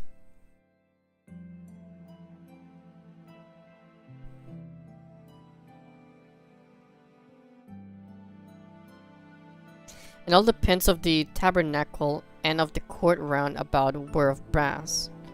Persona 5 chill music? I mean, some jazz wouldn't be bad, but the Minecraft vibes. This is the sum of the tabernacle, even of the tabernacle of testimony, as it was counted according to the commandment of Moses for the service of the Levites by the hand of Ithamar, son of Aaron the priest. The Bezaleel, son of Uri, Hur, and the tribe of Judah made all that the Lord commanded Moses, and with him was Aholiab, son of Ahisamach, the tribe of Dan.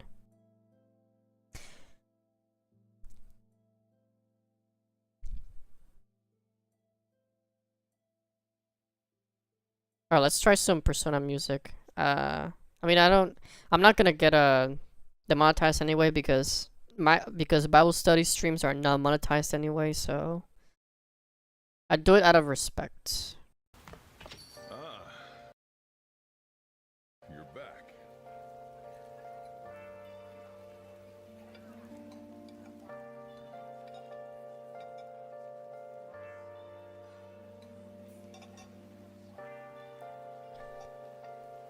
Support the small streamer, guys.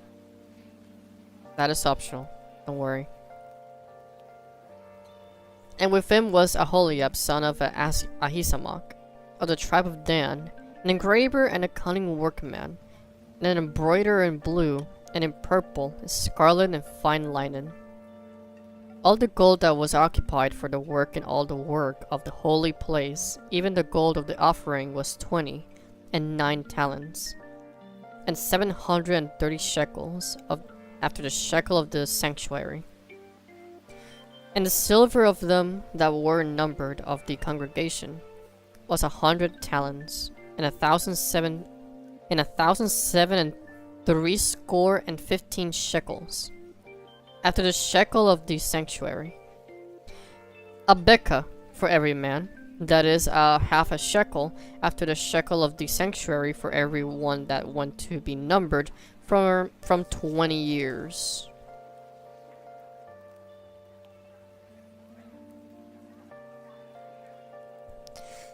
Old and upward for 600,000 and 3,550 men, and of the 100 talents of silver were cast the sockets of the sanctuary and the sockets of the veil, and 100 sockets of the 100 talents, a talent for a socket.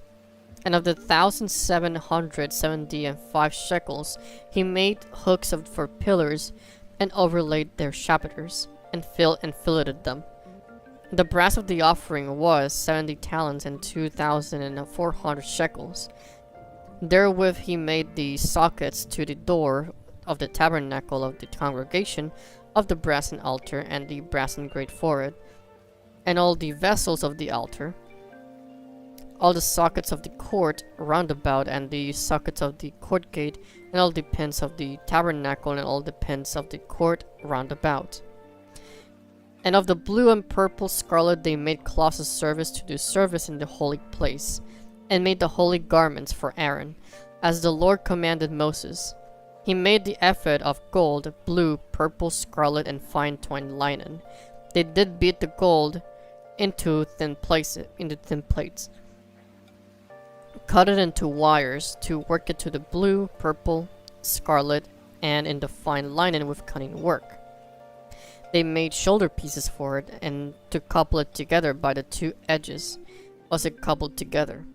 And curious girdle of this ephod that was upon it, was of the same according to the work thereof, gold, blue, purple, and scarlet, fine twined linen, as the Lord commanded Moses.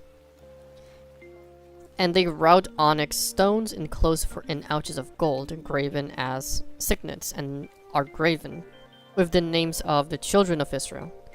He put them on the shoulders of ephod, that they should be stones for a memorial to the children of Israel, as the Lord commanded Moses. He made the breastplate of cunning work, like the work of the ephod, of gold, blue, purple, and scarlet, fine twined Twin-Linden. It was 4 square. They made the breastplate double, as span was the length thereof, and the breadth thereof being doubled. As they set it in 4 rows of the stones, the first row was a sardius, a topaz, and a carbuncle. This was the first row. The second row was an emerald, sapphire, and a diamond. Sorry. The third row a ligure and agate and amethyst. The fourth row a beryl, onyx, and jasper. They were enclosed in ouches of gold in their enclosings, and the stones were according to the names of the children of Israel. 12 according to their names, like the engraving of a signet, every one with his name according to the 12 tribes. They made upon the breastplate chains at the ends of wreathen work of pure gold, and they made 2 ouches of gold and 2 gold rings, and put the 2 rings in the 2 ends of the breastplate. They put the 2 wreathen chains of gold in the 2 rings on the ends of the breastplate. The 2 ends of the 2 wreathen chains they fastened in the 2 ouches, and put them in the shoulder pieces of ephod before it.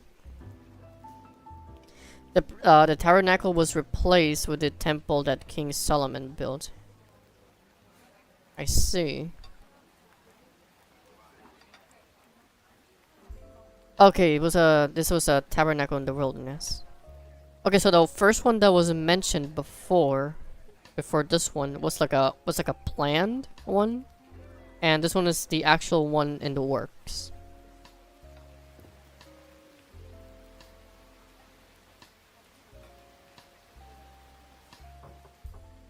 Kind of like a design.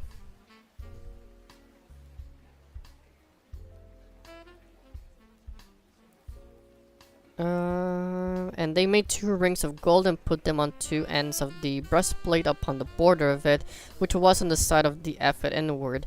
And they made 2 other golden rings and put them on the 2 sides of the ephod underneath, towards the forepart of it, over against the other coupling thereof above the curious girdle of the ephod.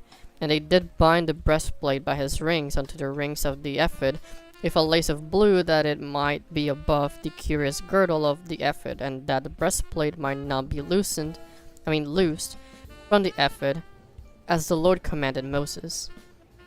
And he made the robe of the ephod of women work, all of blue. And there was a hole in the midst of the robe, as the hole of an habergeon, with a band round about the hole, that it should not rend. And they made upon the hems of the robe pomegranates of blue and purple and scarlet, and twinned linen. They made bells of pure gold, and put the bells between the pomegranates upon the hem of the robe, round about between the pomegranates. A bell and a pomegranate, a bell and a pomegranate around about the hem of the robe, to the minister in, as the Lord commanded Moses. And they made coats of fine linen of woven work for Aaron and for his sons, and a mitre of fine linen, and godly bonnets of fine linen, and linen breeches of fine twined linen, and a girdle of fine twined linen, blue and purple, scarlet of needlework, as the Lord commanded Moses. And they made the plate of the holy crown of pure gold, and wrote upon it writing like to the engrave of a signet, "Holiness to the Lord." That's what it says. Right. Holiness to the Lord. I feel like an ultramarine saying that. Not gonna lie. You know, ultramarines. Warhammer 40k. How would they actually say it in this way? Instead of the emperor, it will be holiness to the Lord. Holiness to the Lord, but they will say it like with passion and really Yeah, they will say with passion and just pure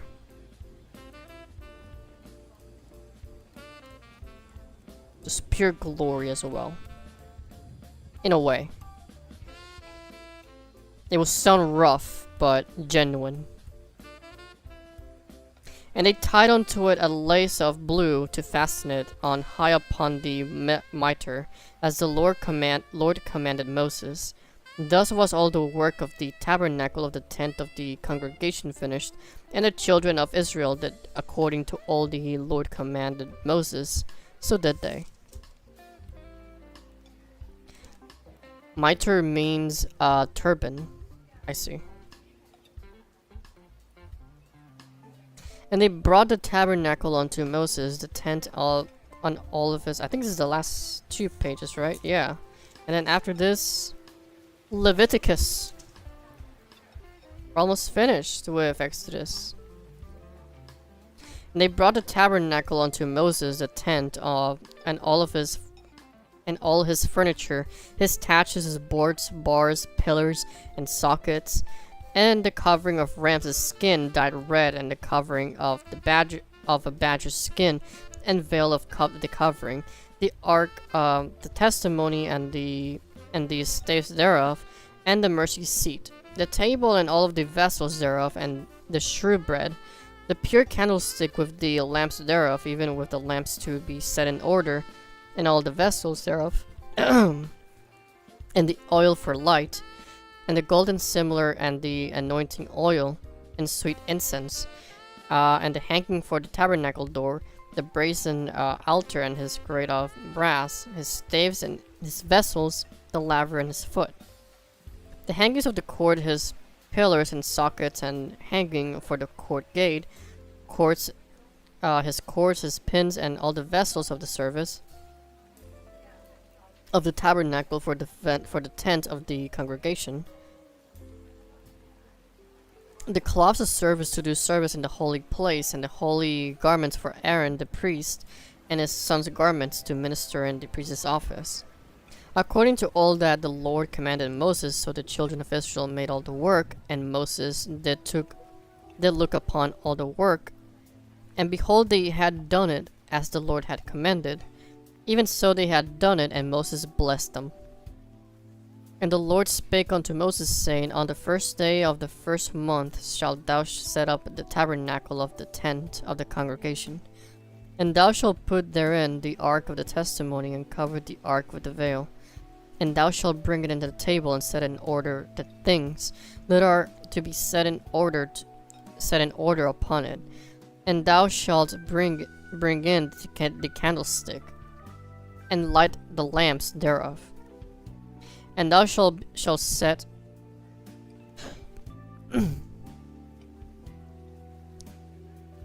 especially turban for a high priest. King James also renders that Hebrew as diadem.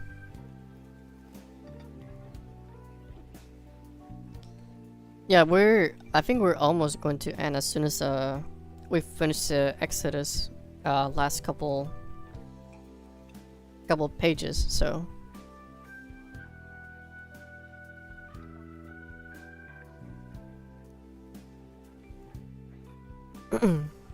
thou shalt bring in the table, and set in order the things that are to be set in order upon it, and thou shalt bring in the candlestick, and light the lamps thereof. Thou shalt set the altar of gold for the incense before the ark of the testimony, and put the hanging of the door to the tabernacle. And thou shalt set the altar of the burnt offering before the door of the tabernacle of the tent of the congregation. And thou shalt set the laver between the tent of the congregation and the altar, and shalt put water therein. And thou shalt set up the court around about, and hanging at the court gate. Thou shalt take the anointing oil, and anoint the tabernacle, and all that is therein shalt hallow it, and all the vessels thereof, and it shall be holy. And thou shalt anoint the altar of the burnt offering, and all his vessels, and sanctify the altar. It shall be an altar most holy.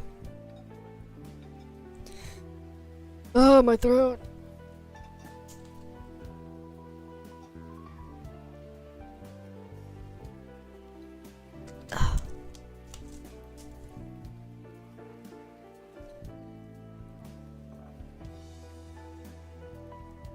And thou shalt anoint the laver and his foot and sanctify it. And thou shalt bring Aaron and his sons unto the door of the tabernacle of the congregation, and wash them with water. And thou shalt put upon Aaron the holy garments, and anoint him, and sanctify him, that he may minister unto me in the priest's office. And thou shalt bring his sons and clothe them with coats, and thou shalt anoint them as thou didst anoint their father, that they may minister unto me in the priest's office, for their anointing shall surely be an everlasting priesthood throughout their generations. Thus did Moses according to all that the Lord commanded to him, so did he. And it came to pass in the first month in the second year of the first day of the month, that the tabernacle was reared up. And Moses reared up the tabernacle, and fastened its sockets, and set up boards thereof, and put in the bars thereof, and reared up his pillars. He spread abroad the tent of over the tabernacle, and put the covering of the tent above upon it, as the Lord commanded Moses. And he took and put the testimony into the ark, and set the staves on the ark, and put the mercy seat upon the ark. And then brought the ark into the tabernacle, and set up the veil of the covering, and covered the ark of the testimony, as the Lord commanded Moses. And put the table in the tent of congregation upon the site of the tabernacle northward, without the veil. And he set the bread in order upon it before the Lord, as the Lord had commanded Moses. And he put the candlestick in the tent of the congregation over against the table, on the side of the tabernacle southward. There's more faith in Samaria than in all of Israel. Nah, I think almost all of Israel right now is kinda screwed, not gonna lie. And he lighted the lamps before the Lord, and the Lord commanded Moses. He put the golden altar in the tent of the congregation before the veil, and burnt sweet incense thereon, as the Lord commanded Moses, and set up the hanging at the door of the tabernacle. And he put the altar of burnt offering by the door of the tabernacle of the tent of the congregation, and offer upon it the burnt offering and meat offering, as the Lord commanded Moses. And he set the laver between the tent of the congregation and the altar, and put water there to wash withal. And Moses and Aaron and his sons washed their hands and their feet thereat. Oh my god. When they went into the tent of the congregation, and when they came near unto the altar, they washed as the Lord commanded Moses. He reared up the court round about the tabernacle, and at the altar he set up set up the hanging of the court gate. So Moses finished the work. Then a cloud covered the tent of the congregation, and the glory of the Lord filled the tabernacle. And Moses was not able to enter into the tent of the congregation, because the cloud abode thereon, and the glory of the Lord filled the tabernacle. And when the cloud was taken up from over the tabernacle, the children of Israel went onward in all their journeys. But if the cloud were not taken up, then they journeyed not till that day that it was taken up. For the cloud of the Lord was upon the tabernacle by day, and fire was on it by night, in sight of all the house of Israel throughout all their journeys.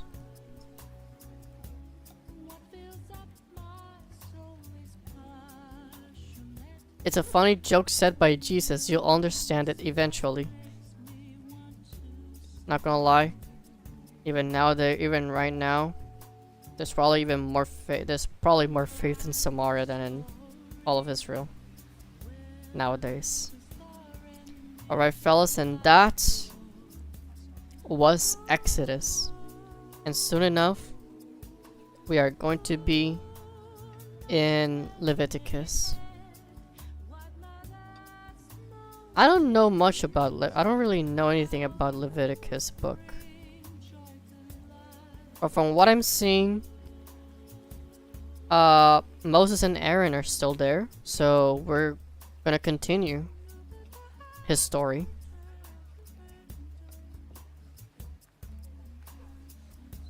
We're most likely gonna continue the story of Moses in Leviticus. We made it to the end of one of these streams. Oh yeah, not gonna lie, definitely. Like, we're right now at page what? 150? I think it was. 152. We have read so much at this point, and it is amazing. And I have learned a lot.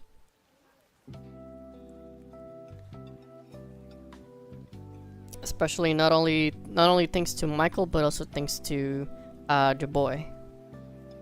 I appreciate it, and also Vitreous as well. I appreciate you guys being here to also not only teach me, but to also guide me in this journey. And I appreciate it. And as I have said, I hope you guys... I'm gonna show it again. I hope you guys like the little necklace that I bought. Very shiny, very shiny. It's like a black steel. It looks like a rosary, but it's not. Obviously, it's a chain, but I like how it looks. Looks very nice. I'm going to bed? Yes, most likely I'm going to bed. Maybe play a couple games before I go to bed, and then yeah, I'll hit the hay.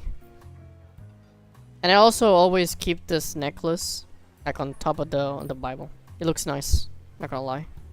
It fits. It's metal, yeah, it's black steel. It's just very shiny, very new.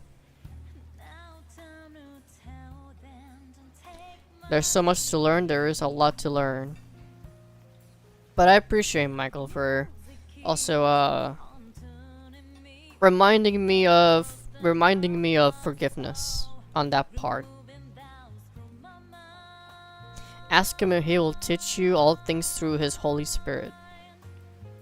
And hey, maybe you are the Holy Spirit in this stream then. Since you are the one who re-taught me about forgiveness then.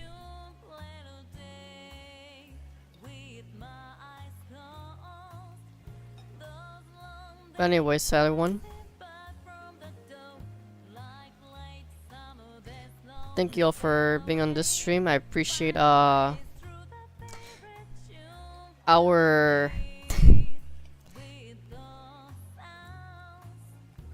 raider. I gotta scroll back again up.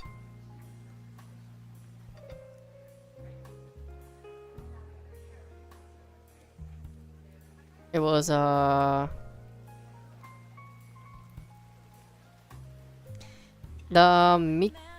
Miki Komori. Yes, Miki Komori. I appreciate your raid though.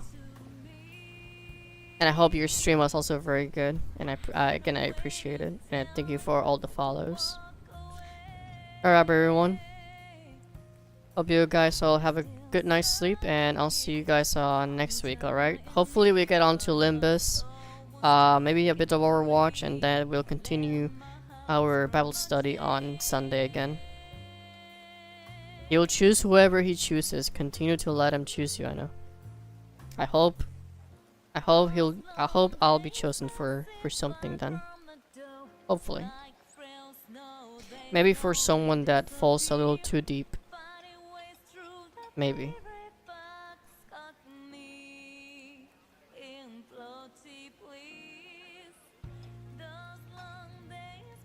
Alright, everyone.